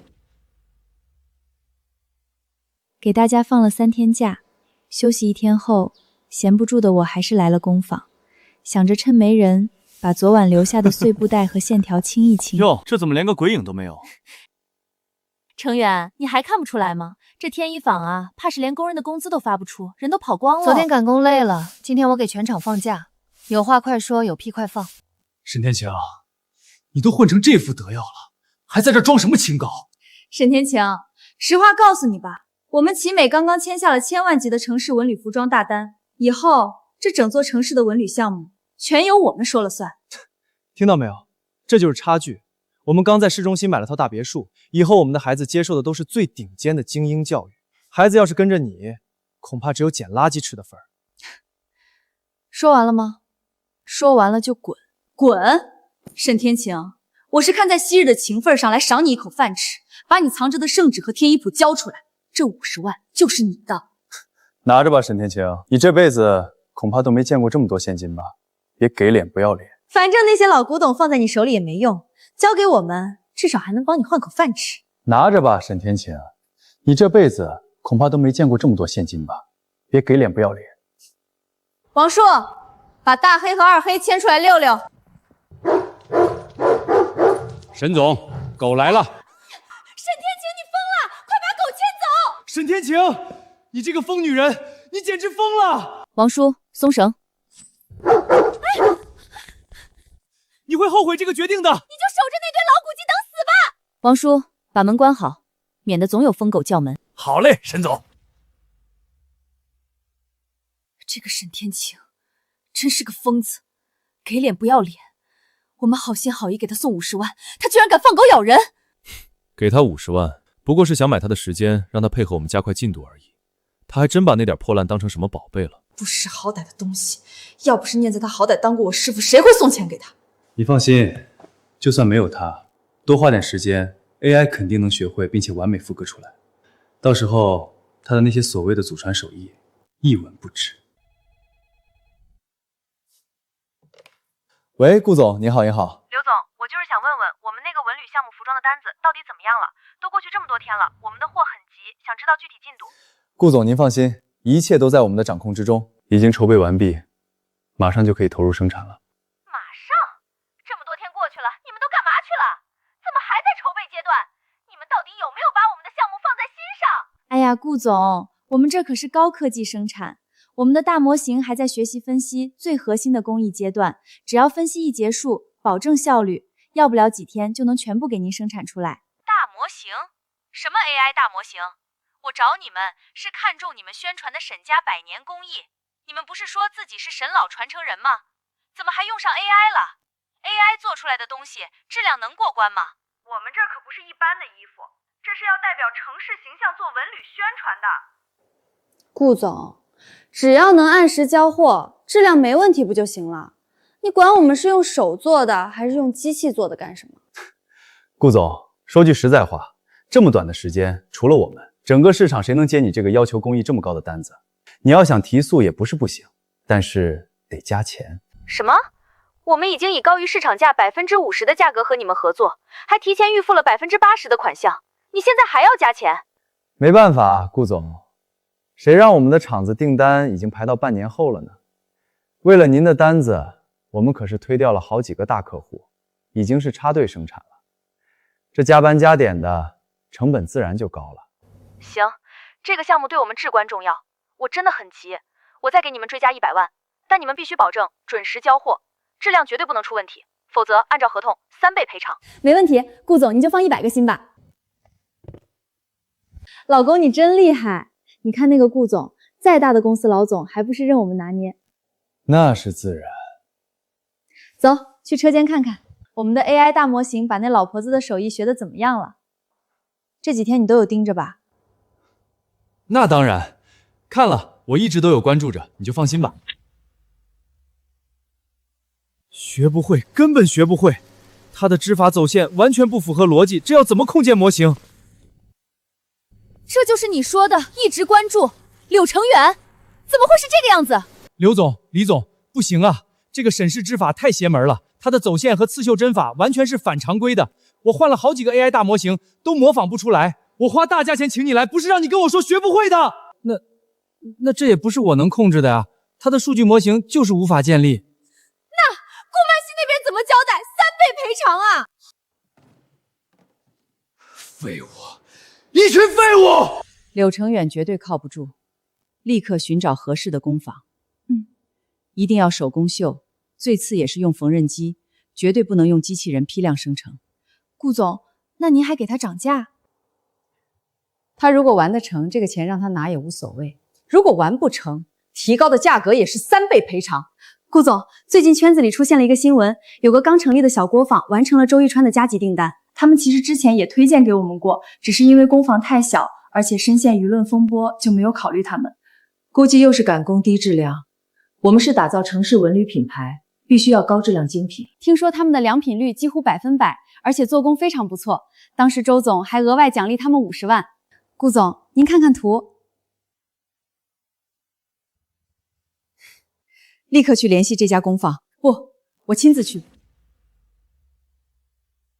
上一批货的钱到账后，我立刻将工坊再度扩大。如今的工坊焕然一新，分为了2个部门，一个是保留传统工艺的精品手工部，另一个是引进了数十台高端缝纫机的织造部门，效率和产能都得到了极大的提升。真没想到，就这么一个看起来不起眼的小工坊，工艺水平竟然能达到这种高度。周总，你的眼光很毒辣啊！不是我眼光好，是沈小姐的实力确实过硬。顾总，您看这边，这些都是手工部的精品，每一件都称得上是艺术品。天晴，快过来，给你介绍一下，这位是顾氏集团的顾总。顾总您好，我是沈天晴。沈小姐，我看了你们给周总做的加急单，很出色。不过我们这次文旅项目的要求更高，对于丝线的韧性和光泽度，以及在不同光线下的色彩呈现，都有近乎苛刻的标准。顾总请放心，我们采用的是18捻的桑蚕丝线，韧性极佳，不易断裂。至于光泽度，我们有独家的植物染色和固色工艺，能保证色彩饱满且持久，在不同光势下会呈现细腻的渐变光感。顾总，您还记得我结婚时穿的那件百鸟朝凤婚纱吗？就是天晴亲手为我打造的。百鸟朝凤，沈天晴，我记得没错的话，当初对外宣传的不是李琦大师的作品吗？柳成远那边可是信誓旦旦的保证，那是沈家嫡传的手艺。李琦，他就是个骗子，盗用了沈家的名号，在外面招摇撞骗。天晴才是沈老唯一的亲孙女，沈氏之法真正的传人。什么？沈老那位国宝级之绣大师沈静云，竟然是你奶奶？没错，天晴，沈小姐，我总算找到你了，请你务必帮我这个忙。我们集团有一个城市文旅品牌的定制大单，需要1万件融合了传统刺绣元素的服饰，工期就是这个月底，还有不到20天。因为特别紧急，最终加工费我给1000万。只要你点头，我现在就可以让财务打500万预付款到你的账上。顾总，感谢您的信任，但1个月1万件，这个数量和时间都太紧张了，我不敢100%保证能完成。我不要你的保证，就冲你这份实事求是的态度，而不是像某些人一样满口谎言。这个单子我就认准你了，哪怕你最后完不成，这笔钱我们也绝不追究1分1毫。好，顾总，我们尽力去完成。刘总，不行了，不行了，核心的 AI 演算模块烧了，再跑下去整台机器都要报废。废物，连个机器都看不住，让开，我亲自来。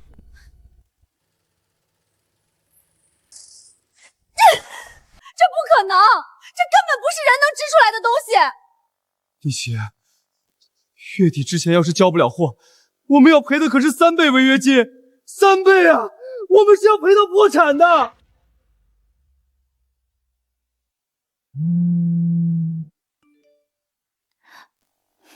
大家先停一下，顾氏集团500万预付款到账了。天晴，太好了！有这笔钱，你就能请最好的律师把孩子的抚养权抢回来了。这笔钱1分都不能动。为什么？你不是一直想把孩子接回来吗？这是顾总提前付的订单款，货还没做，每1分钱都要用在原料、人工和设备上。我再想孩子，也不能挪用公款，砸了工坊的根。那就看着柳成远和李琦继续风光，不会太久了。什么意思？李琦那台智能织布机根本吃不住18捻桑蚕丝。顾氏这批文旅大单标准越高，他们的机器越容易卡线烧机，没有沈家的走线和固色手法，他们撑不住。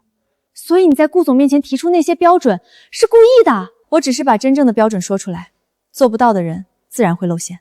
现在起诉柳成远会拿我坐过牢、刚起步、收入不稳说事，法官也会觉得他那个完整家庭更适合孩子。姐，按您这样说，他们确实离死不远了。还不够，我等贪得无厌的他们上门，再利用他们的贪婪，最后给他们添一把火。姐，还得是你，思路清晰。现在我们只做2件事：第一，把顾氏这1万件订单做好；第二，等他们来求我。这一次，我要一击必中。天晴，不在你们日进斗金的大厂待着，来我这小作坊做什么？沈天晴，我们来跟你做笔买卖。我跟盗用我奶奶名号的人没什么买卖可谈。开个价！沈家针法秘籍，尤其是固色和走线的核心方法，我们要了。100万，现金支票，随时兑现。你一个刚出狱的人，这钱够你安稳过日子了。100万就想买沈家的祖传本事，你们是不是想得太天真了？他们还是这么急功近利，以为拿到秘籍，机器就能学会。可他们不知道，沈家的核心手法从来不是写在纸上的。就算买到了所谓的秘籍，他们最后会发现自己的宝贵的时间白白浪费在最不应该的地方。沈天晴，你别不识好歹，除了我们，没有任何人会买你那本烂书。我们是可怜你刚从牢里出来，什么都没有，才会愿意给你这个机会。可怜我？那我不需要你们的可怜，你们立刻离开这里，我不想再看到你们。沈天晴，时代变了，我们买你的针法是看得起你这门老手艺。这些针法拆解出来是要为给 AI 模型进行申述学习和数字化升级的，你懂吗？我们这是在帮你发扬光大沈家。发扬光大是为给你们那台连18碾桑头丝都消化不了的破机器吗？我奶奶的天医谱是心血和灵气的结晶，不是写给冰冷机器看的。100万，你们打发叫花子呢？难不成你真以为凭你这小作坊能跟我们抢故事的单子？能不能抢，我们拭目以待。我的东西不卖给贼，请回吧。沈天晴，你别忘了，月月还在我们手上。你要是再这么不合作，以后就别想再见到他，一面都别想。你一个刚从牢里出来的，真以为能抢回孩子？法官会把孩子判给你这种有案底、收入不稳的单亲妈吗？别做梦了，识相点儿。拿了钱，我们还能让你偶尔见见孩子。来了，他们终于亮出了最后的底牌。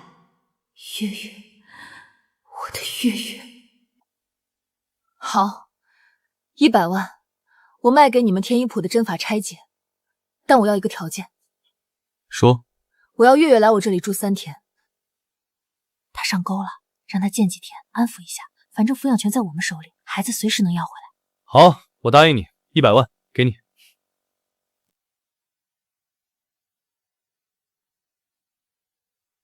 怎么不是原版？原版早在那场大火中烧没了。孩子在你们手中，你们觉得我干得出那种出尔反尔的事情？我可以对天发誓，一切都是真的，没有删减。师傅，是不是删减版我认得出来？要是你敢耍猫腻，你永远也别想看到孩子。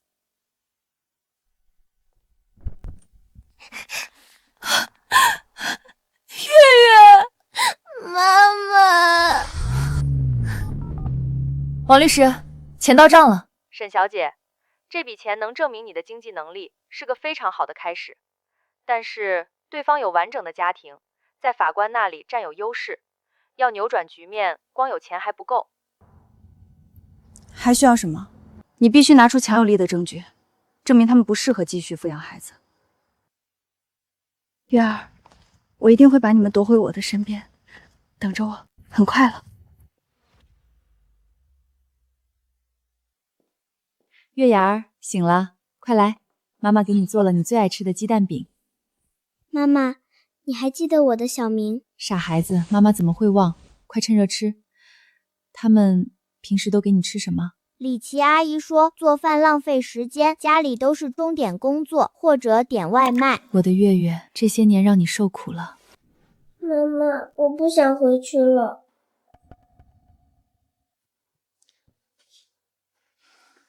妈妈知道，你相信妈妈，我一定会把你和弟弟都接回来，我们再也不分开了。妈妈，弟弟，沈明他其实不坏，他只是被他们骗了。他们总跟他说你是坏女人，抛弃了我们。我知道，他一个人在家很孤单的。李琦阿姨和爸爸总是不在家，家里只有玩具陪他，他也很想有人陪他玩。对了，妈妈，弟弟有一个最心爱的宝贝，是个小星星形状的吊坠，他走到哪儿都带着。小星星吊坠，是不是银色的，上面刻着一个名字？对，就是那个。那是妈妈专门为他定做的，怕他走丢。里面有定位，还有哭声触发录像功能。火灾当天，弟弟在现场。月月，这个吊坠是扳倒他们的唯一机会。妈妈，我回去劝弟弟把吊坠拿出来，他们骗不了我，也别想再骗弟弟。姐姐，你回来啦！小明，姐姐问你，你这个吊坠能不能借姐姐看一下？不行，这是我的宝贝，我可不借给别人。姐姐不是别人，这是妈妈送给我的东西，任何人我也不给。刘总、李总，按你们提供的针法数据 ，AI 已经完成初步学习，这是第一批样品。才1天就能绣这么多？什么100年传承手工技术，在现代科技面前不堪一击。沈氏针法也不过如此。顾曼星那单旅游大单还不是手到擒来？我看沈清林还怎么翻身。目前 AI 只掌握基础纹样，要提升水准，还需要大量数据学习和调试。行了，机器能跑，能出货就行。老婆，我已经让销售部去接新订单了。太好了，等 AI 沈世秀名声打出去，订单还不是雪花一样飞来？到时候谁还记得沈天晴？谁让你坐这儿的？看看你鞋底的灰，把我地毯都踩脏了。乡下野惯了，一点规矩都没有。这是我爸爸的家，我为什么不能坐？现在这个家我说了算，你想待下去就给我老实点，别给我摆大小姐架子。你根本不是我妈妈，死丫头，你在胡说什么？我不是你妈妈。你就是个小偷，偷了我妈妈的账工，偷了她的家，还偷了她的刺绣工坊。你拥有的一切都是偷来的，反了你了！放开我！你这个小偷！记去反省，今天谁也不准给他饭吃。姐姐，你吃点吧，以后别惹妈妈生气了，只要听话，她就不会罚你了。她根本不是我们的妈妈，你忘了吗？今天是你生日，他们自己出去玩，根本没想过我们。走，我带你去找真正的妈妈，只有她会给你过生日。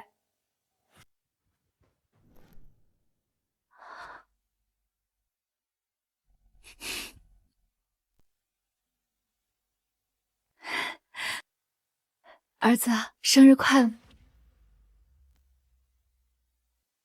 小明，多吃点儿，这是你最爱吃的排骨。好香，我以前没吃过这么好吃的菜，谢谢阿姨。喜欢就多吃点儿。小明，能把你脖子上的吊坠儿给我看看吗？小明，给妈妈看吧，没事儿。你看，这是妈妈和你的合影，那时候你才2岁。你真的是我妈妈。小明她就是我们的妈妈，我们一直都被爸爸和那个坏人骗了。可是爸爸和李姨说妈妈是坏女人，早就不要我们了。好啊，你们两个吃里扒外的东西，敢背着我们来见他！还过生日，吃柳家的住柳家的，转头就认这个女人当妈。沈月，是不是你带坏小明的？爸爸，不关姐姐的事，是我肚子饿想出来吃的。闭嘴！这里有你说话的份吗？再替他说话，连你一起收拾。柳成远、李琦，当着孩子的面，你们还要不要脸？孩子是我们柳家养大的，抚养权在我们手里，我们想怎么管教就怎么管教。你再不管，我就报警，说你拐孩子。抚养权，很快你们就没资格抚养。柳先生、李女士，我是沈天晴女士的委托律师，这是诉讼申请书，还有撤销你们抚养权的起诉函。什么？柳成远，当年你用脏手段抢走孩子，却没尽过一天父亲的责任。从今往后，你不配当孩子的父亲。现在，我要把我的孩子全部要回来。起诉啊！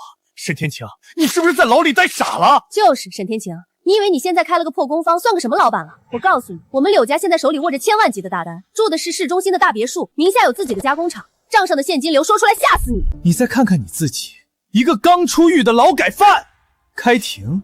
行啊，我倒要看看，法官是把孩子判给身家千万、社会地位高尚的我们，还是判给你这个有案底的社会底层？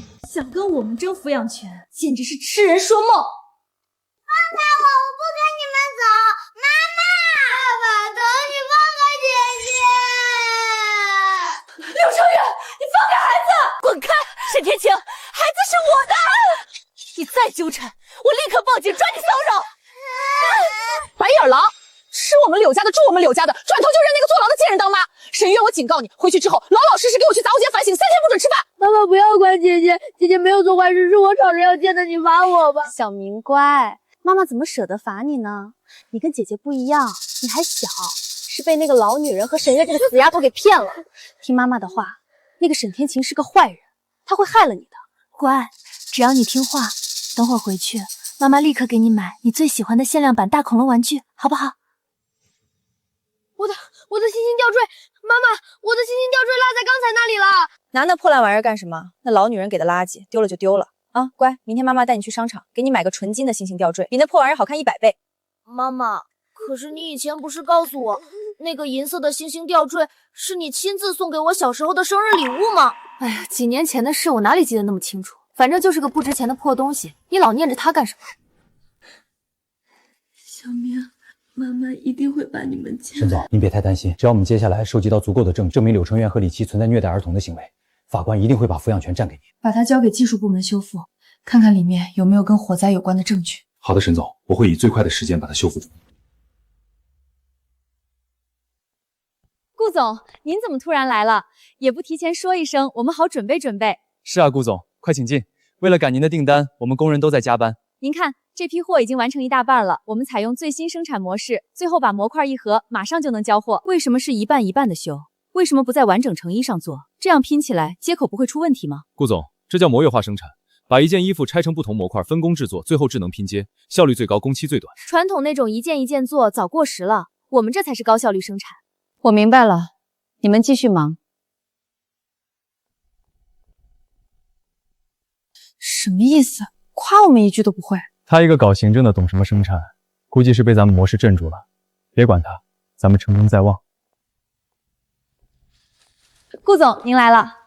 这些都是完成的成品。是，目前完成3216件，全部经过首轮质检。这里是每批质检记录，针脚密度、图案还原度、尺寸误差都在标准内。针脚稳定，做工也细。沈总，你们良品率很高。我们是师徒责任制，每道工序责任到人，速度不是最快，但质量不能乱。你做得很好，比我想象的还好，继续保持，我很放心。谢谢顾总信任，我们一定准时交货。顾总，这么快就想我们了，是不是被柳氏的效率震撼到了？李总，我正式通知你。通知什么？项目提前，交货日前3天，我要进行最终验收，到时候我只看完整的通过质检的成衣。什么？只看完整成衣？顾总，我们那个模块化生产……我不管你们用什么模式，我只看合同要求的成品，数量和质量不达标，一切按合同办。顾总，这也太突然了吧！希望你们的高科技真能按时交货。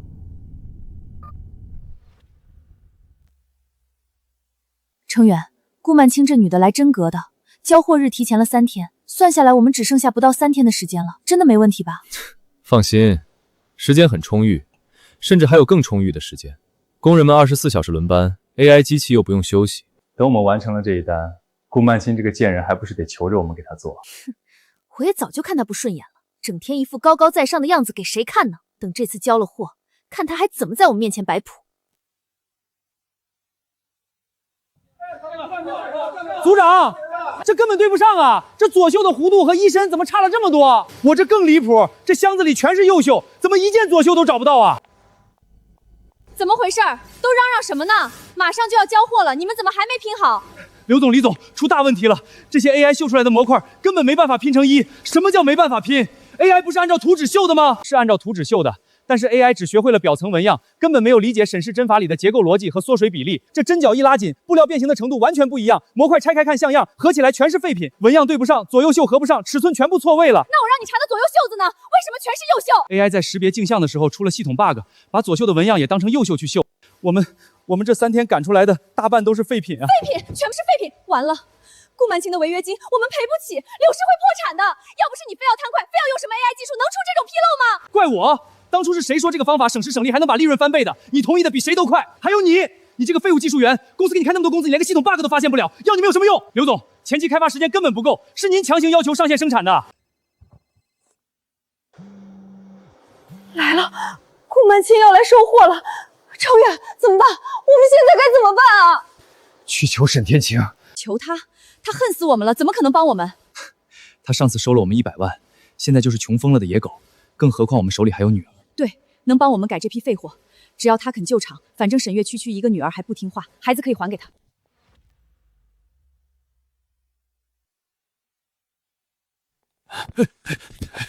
沈天晴，我们来给你一个机会。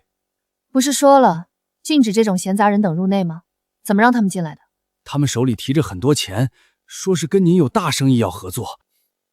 这里面是100万现金，只要你帮我们把那批货救回来，这钱就是你的。你们拿走，这个钱我不要。别给脸不要脸，之前给你100万你不是拿了吗？还在这里装什么清高？抱歉，我的天一广不缺钱，也不缺活，两位请回吧，别脏了我的地方。沈天晴，你别忘了，你儿子女儿还在我手上，你不是想要你女儿吗？对，只要你乖乖听话，帮我们把这批订单完成，我们不仅把女儿还给你，我甚至可以考虑让你见见你的宝贝儿子，怎么样？这个交易你做不做？孩子不是你们用来交易的筹码的工具。是吗？那你就等着一辈子都见不到他们吧。你女儿已经3天没有吃饭了，心痛吗？如果你不肯合作，他一定还会没饭吃。你们两个畜生，我绝对不会放过你们！出来吧，张律师！柳先生，李小姐，你什么意思？我是沈天晴女士的代理律师，这是我当事人申请变更子女抚养权的最新法律文书，请两位过目。变更抚养权凭什么？就凭我们刚刚向法庭补充提交了2位利用孩子作为筹码进行威胁交易的最新证据，就是刚才这段对话的全程录音。你算计我们！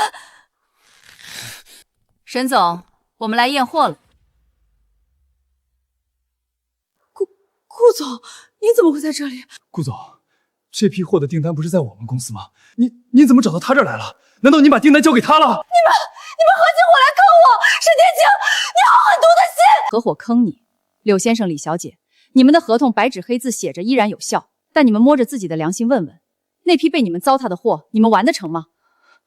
要不是我当机立断，紧急找到沈小姐临危受命，我整个文旅项目都要被你们这2个废物拖下水。李琦，我教你手艺的时候就说过，刺绣如做人，一针一线都不能走歪。你的手艺底子还在，如果你一开始就肯靠着它踏踏实实的去干，而不是总想着走捷径，动那些歪心思，又怎么会落到今天这个地步？你少在这里假惺惺！验货完成度怎么样？报告顾总，天意不仅完成了本阶段的全部订单数量，还超额交付了10%。经初步检验，所有成衣质量均为优等。很好，沈总，我现在正式宣布，天一府将作为我们文旅项目的核心合作方，后续所有高端定制系列都由你们全权负责。沈天晴，是你，全都是你设的局！你故意害我，抢走了本该属于我的订单，抢走了我的一切！顾曼青，你这样做是违约，我们的合同还在，我要去告你们！告我们？恐怕你没有这个机会了。这是我方法务部出的律师函。李琦，你的公司提供的样品与实际货物严重不符，恶意毁坏我方提供的珍贵物料，并造成项目严重延期，已经构成根本性违约。我们要求你方赔偿3倍预付款，并承担所有物料损毁和项目延迟造成的全部经济损失。我们法庭上见。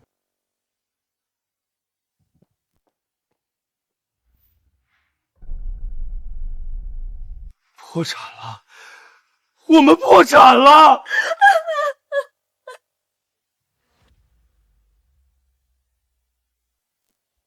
完了，全完了，房子没了，公司也没了。你现在知道完了？当初是谁说 AI 审视就能赚钱？是谁说机器一开订单就能翻倍？你少往我身上推！不是你贪快，非要没调试好就上机器，会有今天吗？要不是你假冒沈家传人，抢沈天晴的名号，顾曼琪能盯上我们，沈天晴能反咬回来。柳成远，你别忘了，当年是谁让我顶替他的？是谁说只要沈晴天进了监狱，沈家的一切都是我们的？你闭嘴！怎么，现在怕了？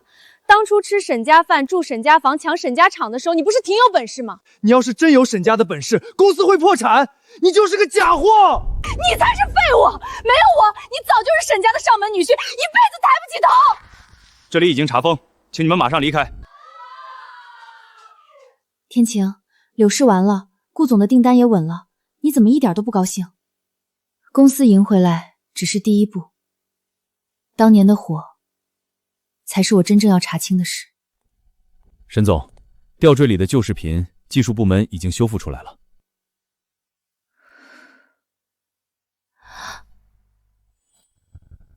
既然柳成远的烟头点不燃，那我就加一把火。到时候我救出他儿子，柳成远只会感激我。张律师，报警！我要让他们为这场火付出真正的代价。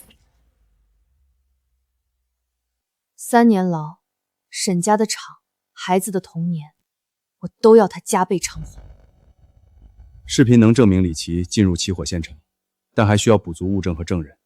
当年厂里不是还有个看夜班的王叔吗？王叔当年突然离开苏州，我一直觉得不对。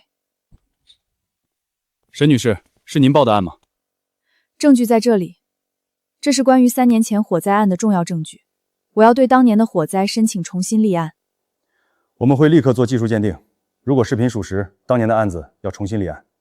不只是重新立案，我要让所有人知道，沈家不是罪人。查封期间，任何人不得私自进入。我们就拿点孩子的东西，贵重物品已登记封存，生活用品可以申请。连孩子的衣服都不让拿，你们知道我是谁吗？李女士，请配合。还看他，他把我们害成这样，你还想着他？还给我！那是我妈妈！你们骗了我们那么久，还想骗到什么时候？闭嘴！没有我，你们吃什么住什么？我们宁愿吃馒头，也不想再被你们关起来。当着执法人员的面动手。刘先生，法院已经受理临时保护令申请，2个孩子从现在起由第三方机构临时安置，你们不得接触。小明，我们终于不用回去了。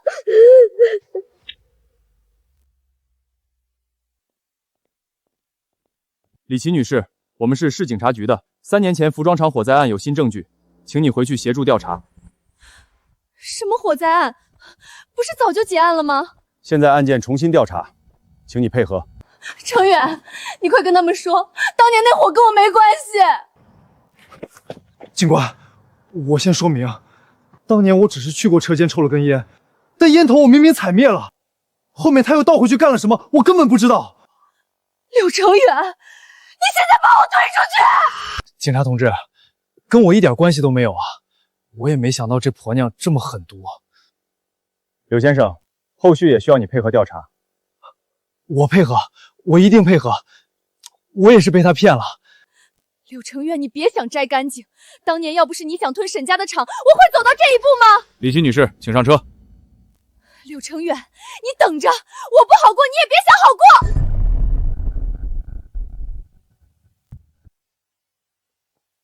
天晴，我错了，我真的错了。柳程远，你还想干什么？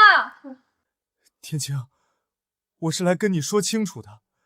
3年前那场火，我确实去过车间，也确实抽过烟，可我把烟头踩灭了。是李琦，是他自己倒回去放的火。所以你现在来找我，是想让我信你无辜？我不敢说我一点错没有，我错在糊涂，错在贪心，错在被李琦迷了眼。可天晴，我没有想害死你啊，可千万别告我啊！你没有想害死我，可你看着我坐了3年牢无动于衷，还贪慕虚荣，蒙骗我的孩子，让他们认贼作母。天晴，你要理解我，当年火灾导致柳家完了，孩子也没人照顾。天晴，我承认我自私，可我心里一直有你啊。小月、小明，爸爸以前做的不好，爸爸改，以后我们一家人好好过。我不要回去，你才是最坏的人。天晴，孩子还小，他们需要一个完整的家，别人家都有爸爸妈妈，我们不能让孩子一辈子被人说没爸没妈吧？他们以前有爸爸，也没少挨饿受怕。我以后不会了，我保证。天晴，看在我们夫妻一场，看在2个孩子的份上，你给我一次机会。你刚才当着警察的面甩开李琦，现在又跪在我面前说爱我。柳程远，你爱的从来不是谁，你爱的是谁能救你。不是的，天晴，我真的还爱你。你欠我的，欠孩子的，不是一句爱能抵掉的。别再拿完整家庭来绑架我，孩子的家我自己给。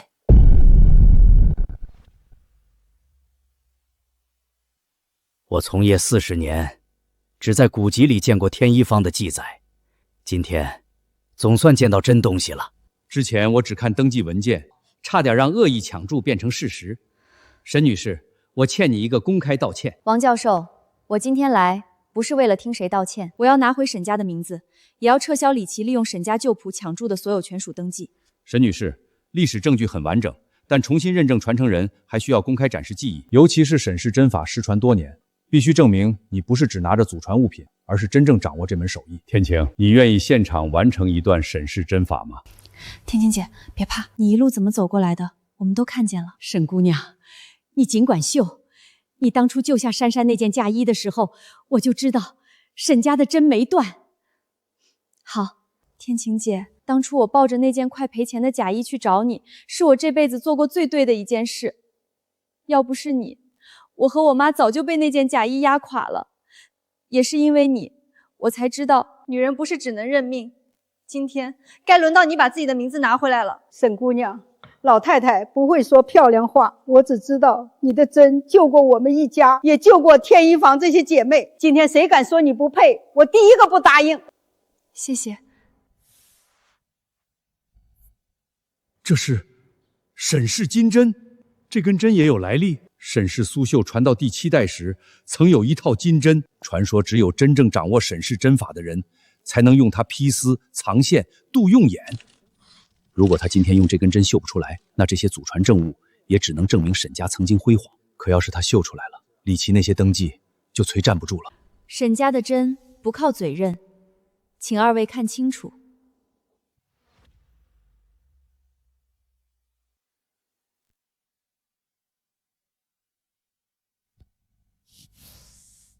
他不用描样，真正的沈氏针路先在心里成图。他在披丝，这么细的金线，稍微一抖就断了。3叠羽毛针，外名忠臣李藏光，没错，是3叠羽毛针。这里写着羽分3叠，光藏其中。它的针路和古谱完全一致。天晴姐，凤眼最难，沈氏针法里，凤眼不能死绣，得留半寸光路。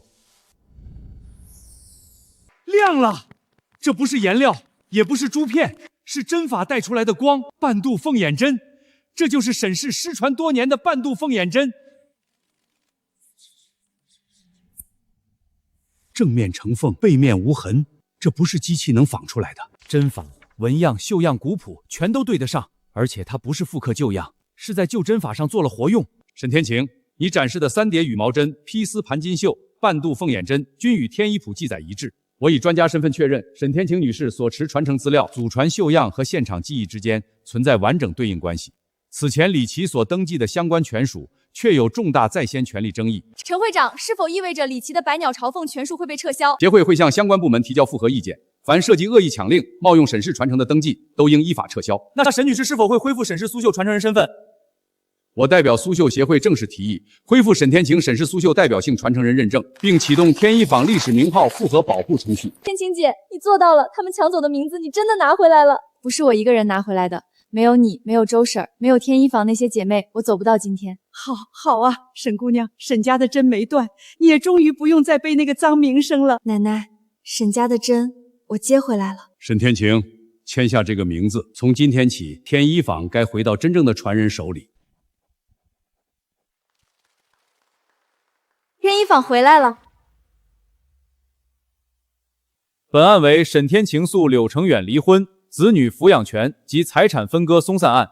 经审理，法院已查明，柳成远在婚姻存续期间与李琦存在不正当关系，并长期隐瞒事实，导致夫妻感情彻底破裂。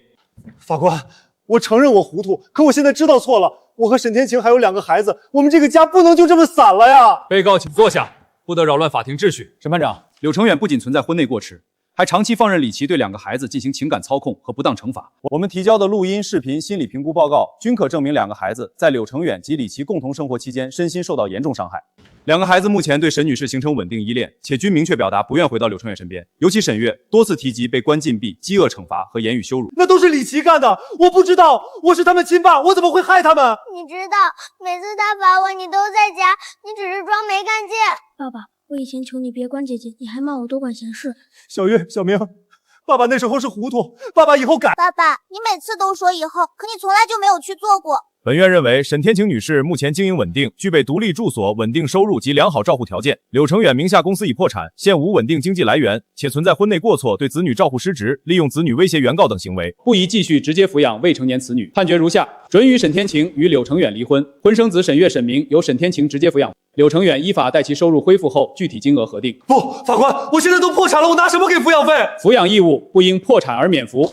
关于夫妻共同财产，因柳成远存在重大婚内过错，并涉嫌转移、侵占沈氏相关资产，现有查明财产中沈氏天一坊相关权主宅、苏绣传承资料及由沈天晴个人恢复经营所得，归沈天晴所有，柳成远无权分割。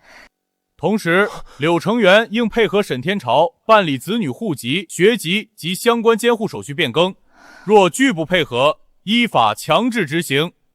宣判完毕。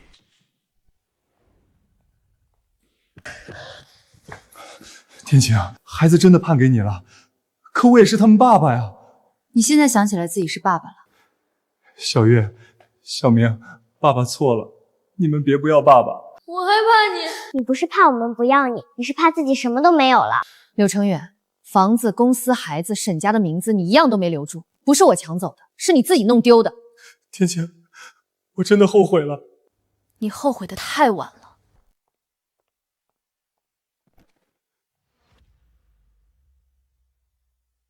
3年前，天一坊还只是一间小作坊。3年后，他参与电影《凤仪天下》主视觉服装制作，成为凤林山河文旅项目核心合作方，也把沈氏苏绣带上国际时装周。今晚是凤林山河文旅项目正式亮相，也是天一坊沈氏苏绣系列首次公开拍卖。天晴姐，3年前我们还在铁皮作坊里抢料子赶横单，现在跟做梦一样。不是梦，是大家一针一线熬出来的。沈总，今晚之后，凤林山河巡展正式启动，天一坊会出现在更多城市。还有电影，沈总，你说自己不会演，结果观众都说你才是东方女主的样子。我只是让大家看清衣服。不，你让大家看清了天一坊。接下来这件拍品是沈天晴女士亲手绣制的孤品百鸟朝凤衣。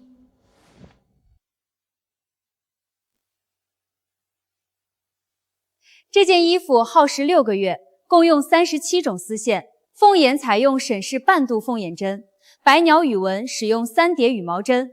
它也是凤林山河文旅项目的开篇藏品，起拍价300万、500万、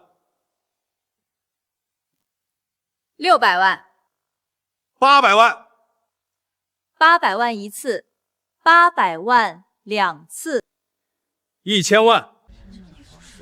天晴姐，1000万不是钱，是有人终于看懂它值在哪里。1000万一次，1000万2次，1000万3次，成交。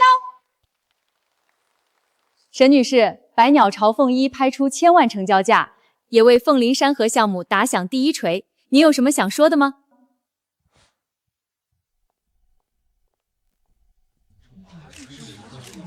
谢谢各位认可天一坊，也谢谢大家认可沈氏苏绣。3年前，我重新拿起针，只是想证明沈家的手艺没有断。后来我才知道，一根针能做的不只是替自己洗清冤屈，它也能给更多人一份工、一口饭、一条重新开始的路。这件百鸟朝凤衣卖出1000万，但这笔钱我不会带回天一岗。我宣布，这1000万全部捐给灾区，用于灾后安置、校服制作和妇女就业帮扶。沈总，您确定全部捐出吗？确定。当年我最难的时候，也有人给过我一碗热饭、一件旧衣、一次重新开始的机会。现在天一关站起来了，也该把这份机会递给更多人。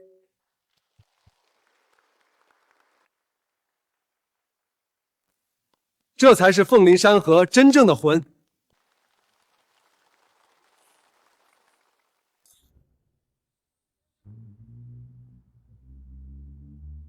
1000万，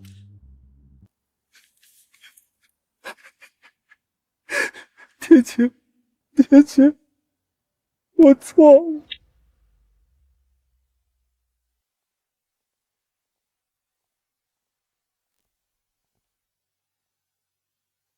妈妈，这就是你刚出来的时候住的地方。那时候屋顶漏雨，机器也是旧的。那你怎么撑下来的？靠手艺，也靠身边这些愿意一起熬的人。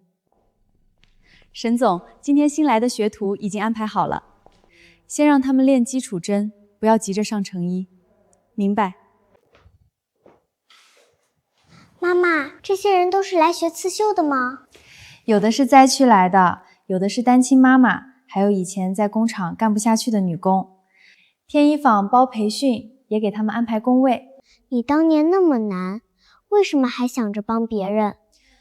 因为我知道，人没有自己的本事，就容易被人拿捏。天一坊不只做衣服，也要给人一条活路。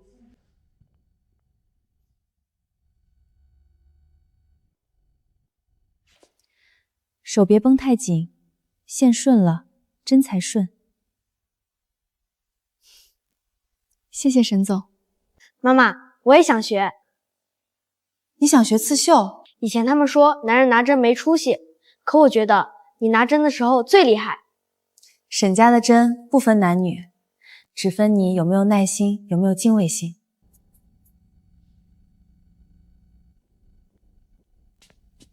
那我也学。沈家的东西不能只让妈妈一个人扛。这下好了，沈总收了2个最难管的徒弟。学针不是好玩的，手会疼，眼会酸，坐久了腰也疼。我不怕。我也不怕。第一针不求快，只求正。针下去之前，先看清纹路，这叫起针，起得正，后面才不会乱。我是不是绣坏了？第一针歪了不可怕，可怕的是明知道歪还硬往下走。拆了重来。妈妈，我怕扎到手。怕没关系，怕才知道认真。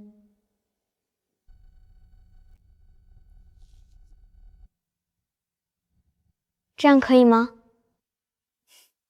可以。你看，他们都回来了。以前丢掉的日子，我们慢慢补回来。我曾经以为失去的东西再也回不来，后来才知道，只要人还在，针还在，家就能一针一线缝。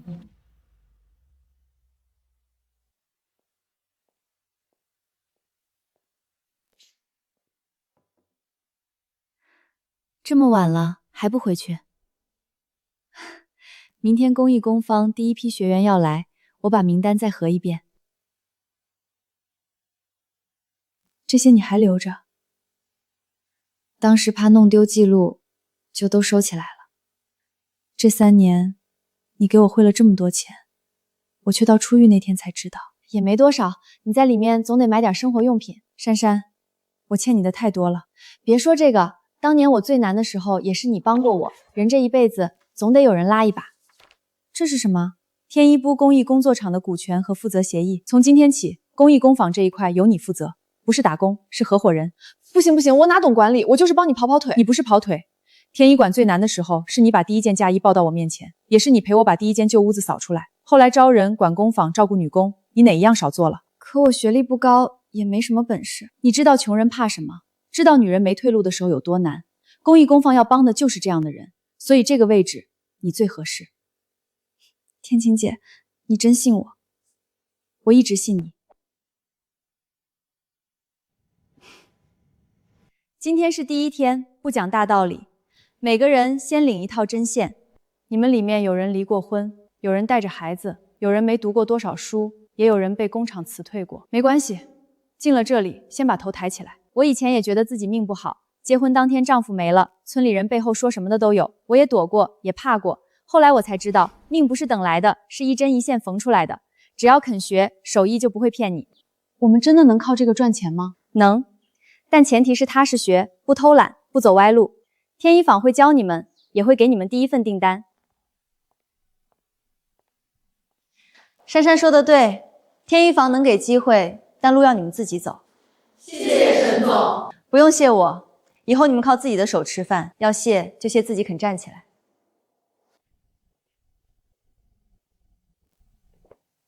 以后这里就交给你了，放心，我一定守好。有些人被命推倒过，可只要还有一双手，就能把日子重新缝起来。沈天晴，从今天起，不仅沈氏苏绣，还有你自己的天一坊，正式成为国家非物质文化遗产，也希望你把它继续传下去。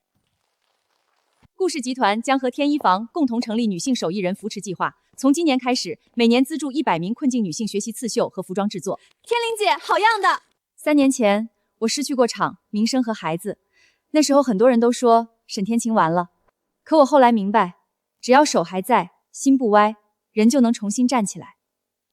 天一坊以后不只做衣服，也教人做衣服，愿意踏踏实学的人都能靠一针一线养活自己，也撑起一个家。沈家的针法不是只属于沈家，它属于每一个尊重手艺、愿意把日子过好的人。今天这第一针，算你们正式入门。妈妈，我会好好学。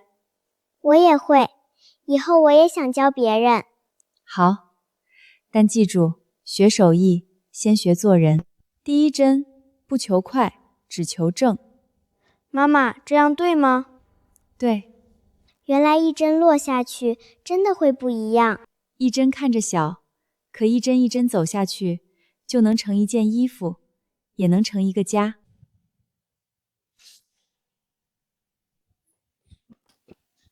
妈妈，明天我还想练针。我也是。沈总，你看，2个小徒弟比谁都积极。那就明天继续。天晴姐，都回来了？不是回来了，是重新开始了。金针不渡假凤凰，可只要心是真的，哪怕从废墟里开始，也能绣出自己的天衣。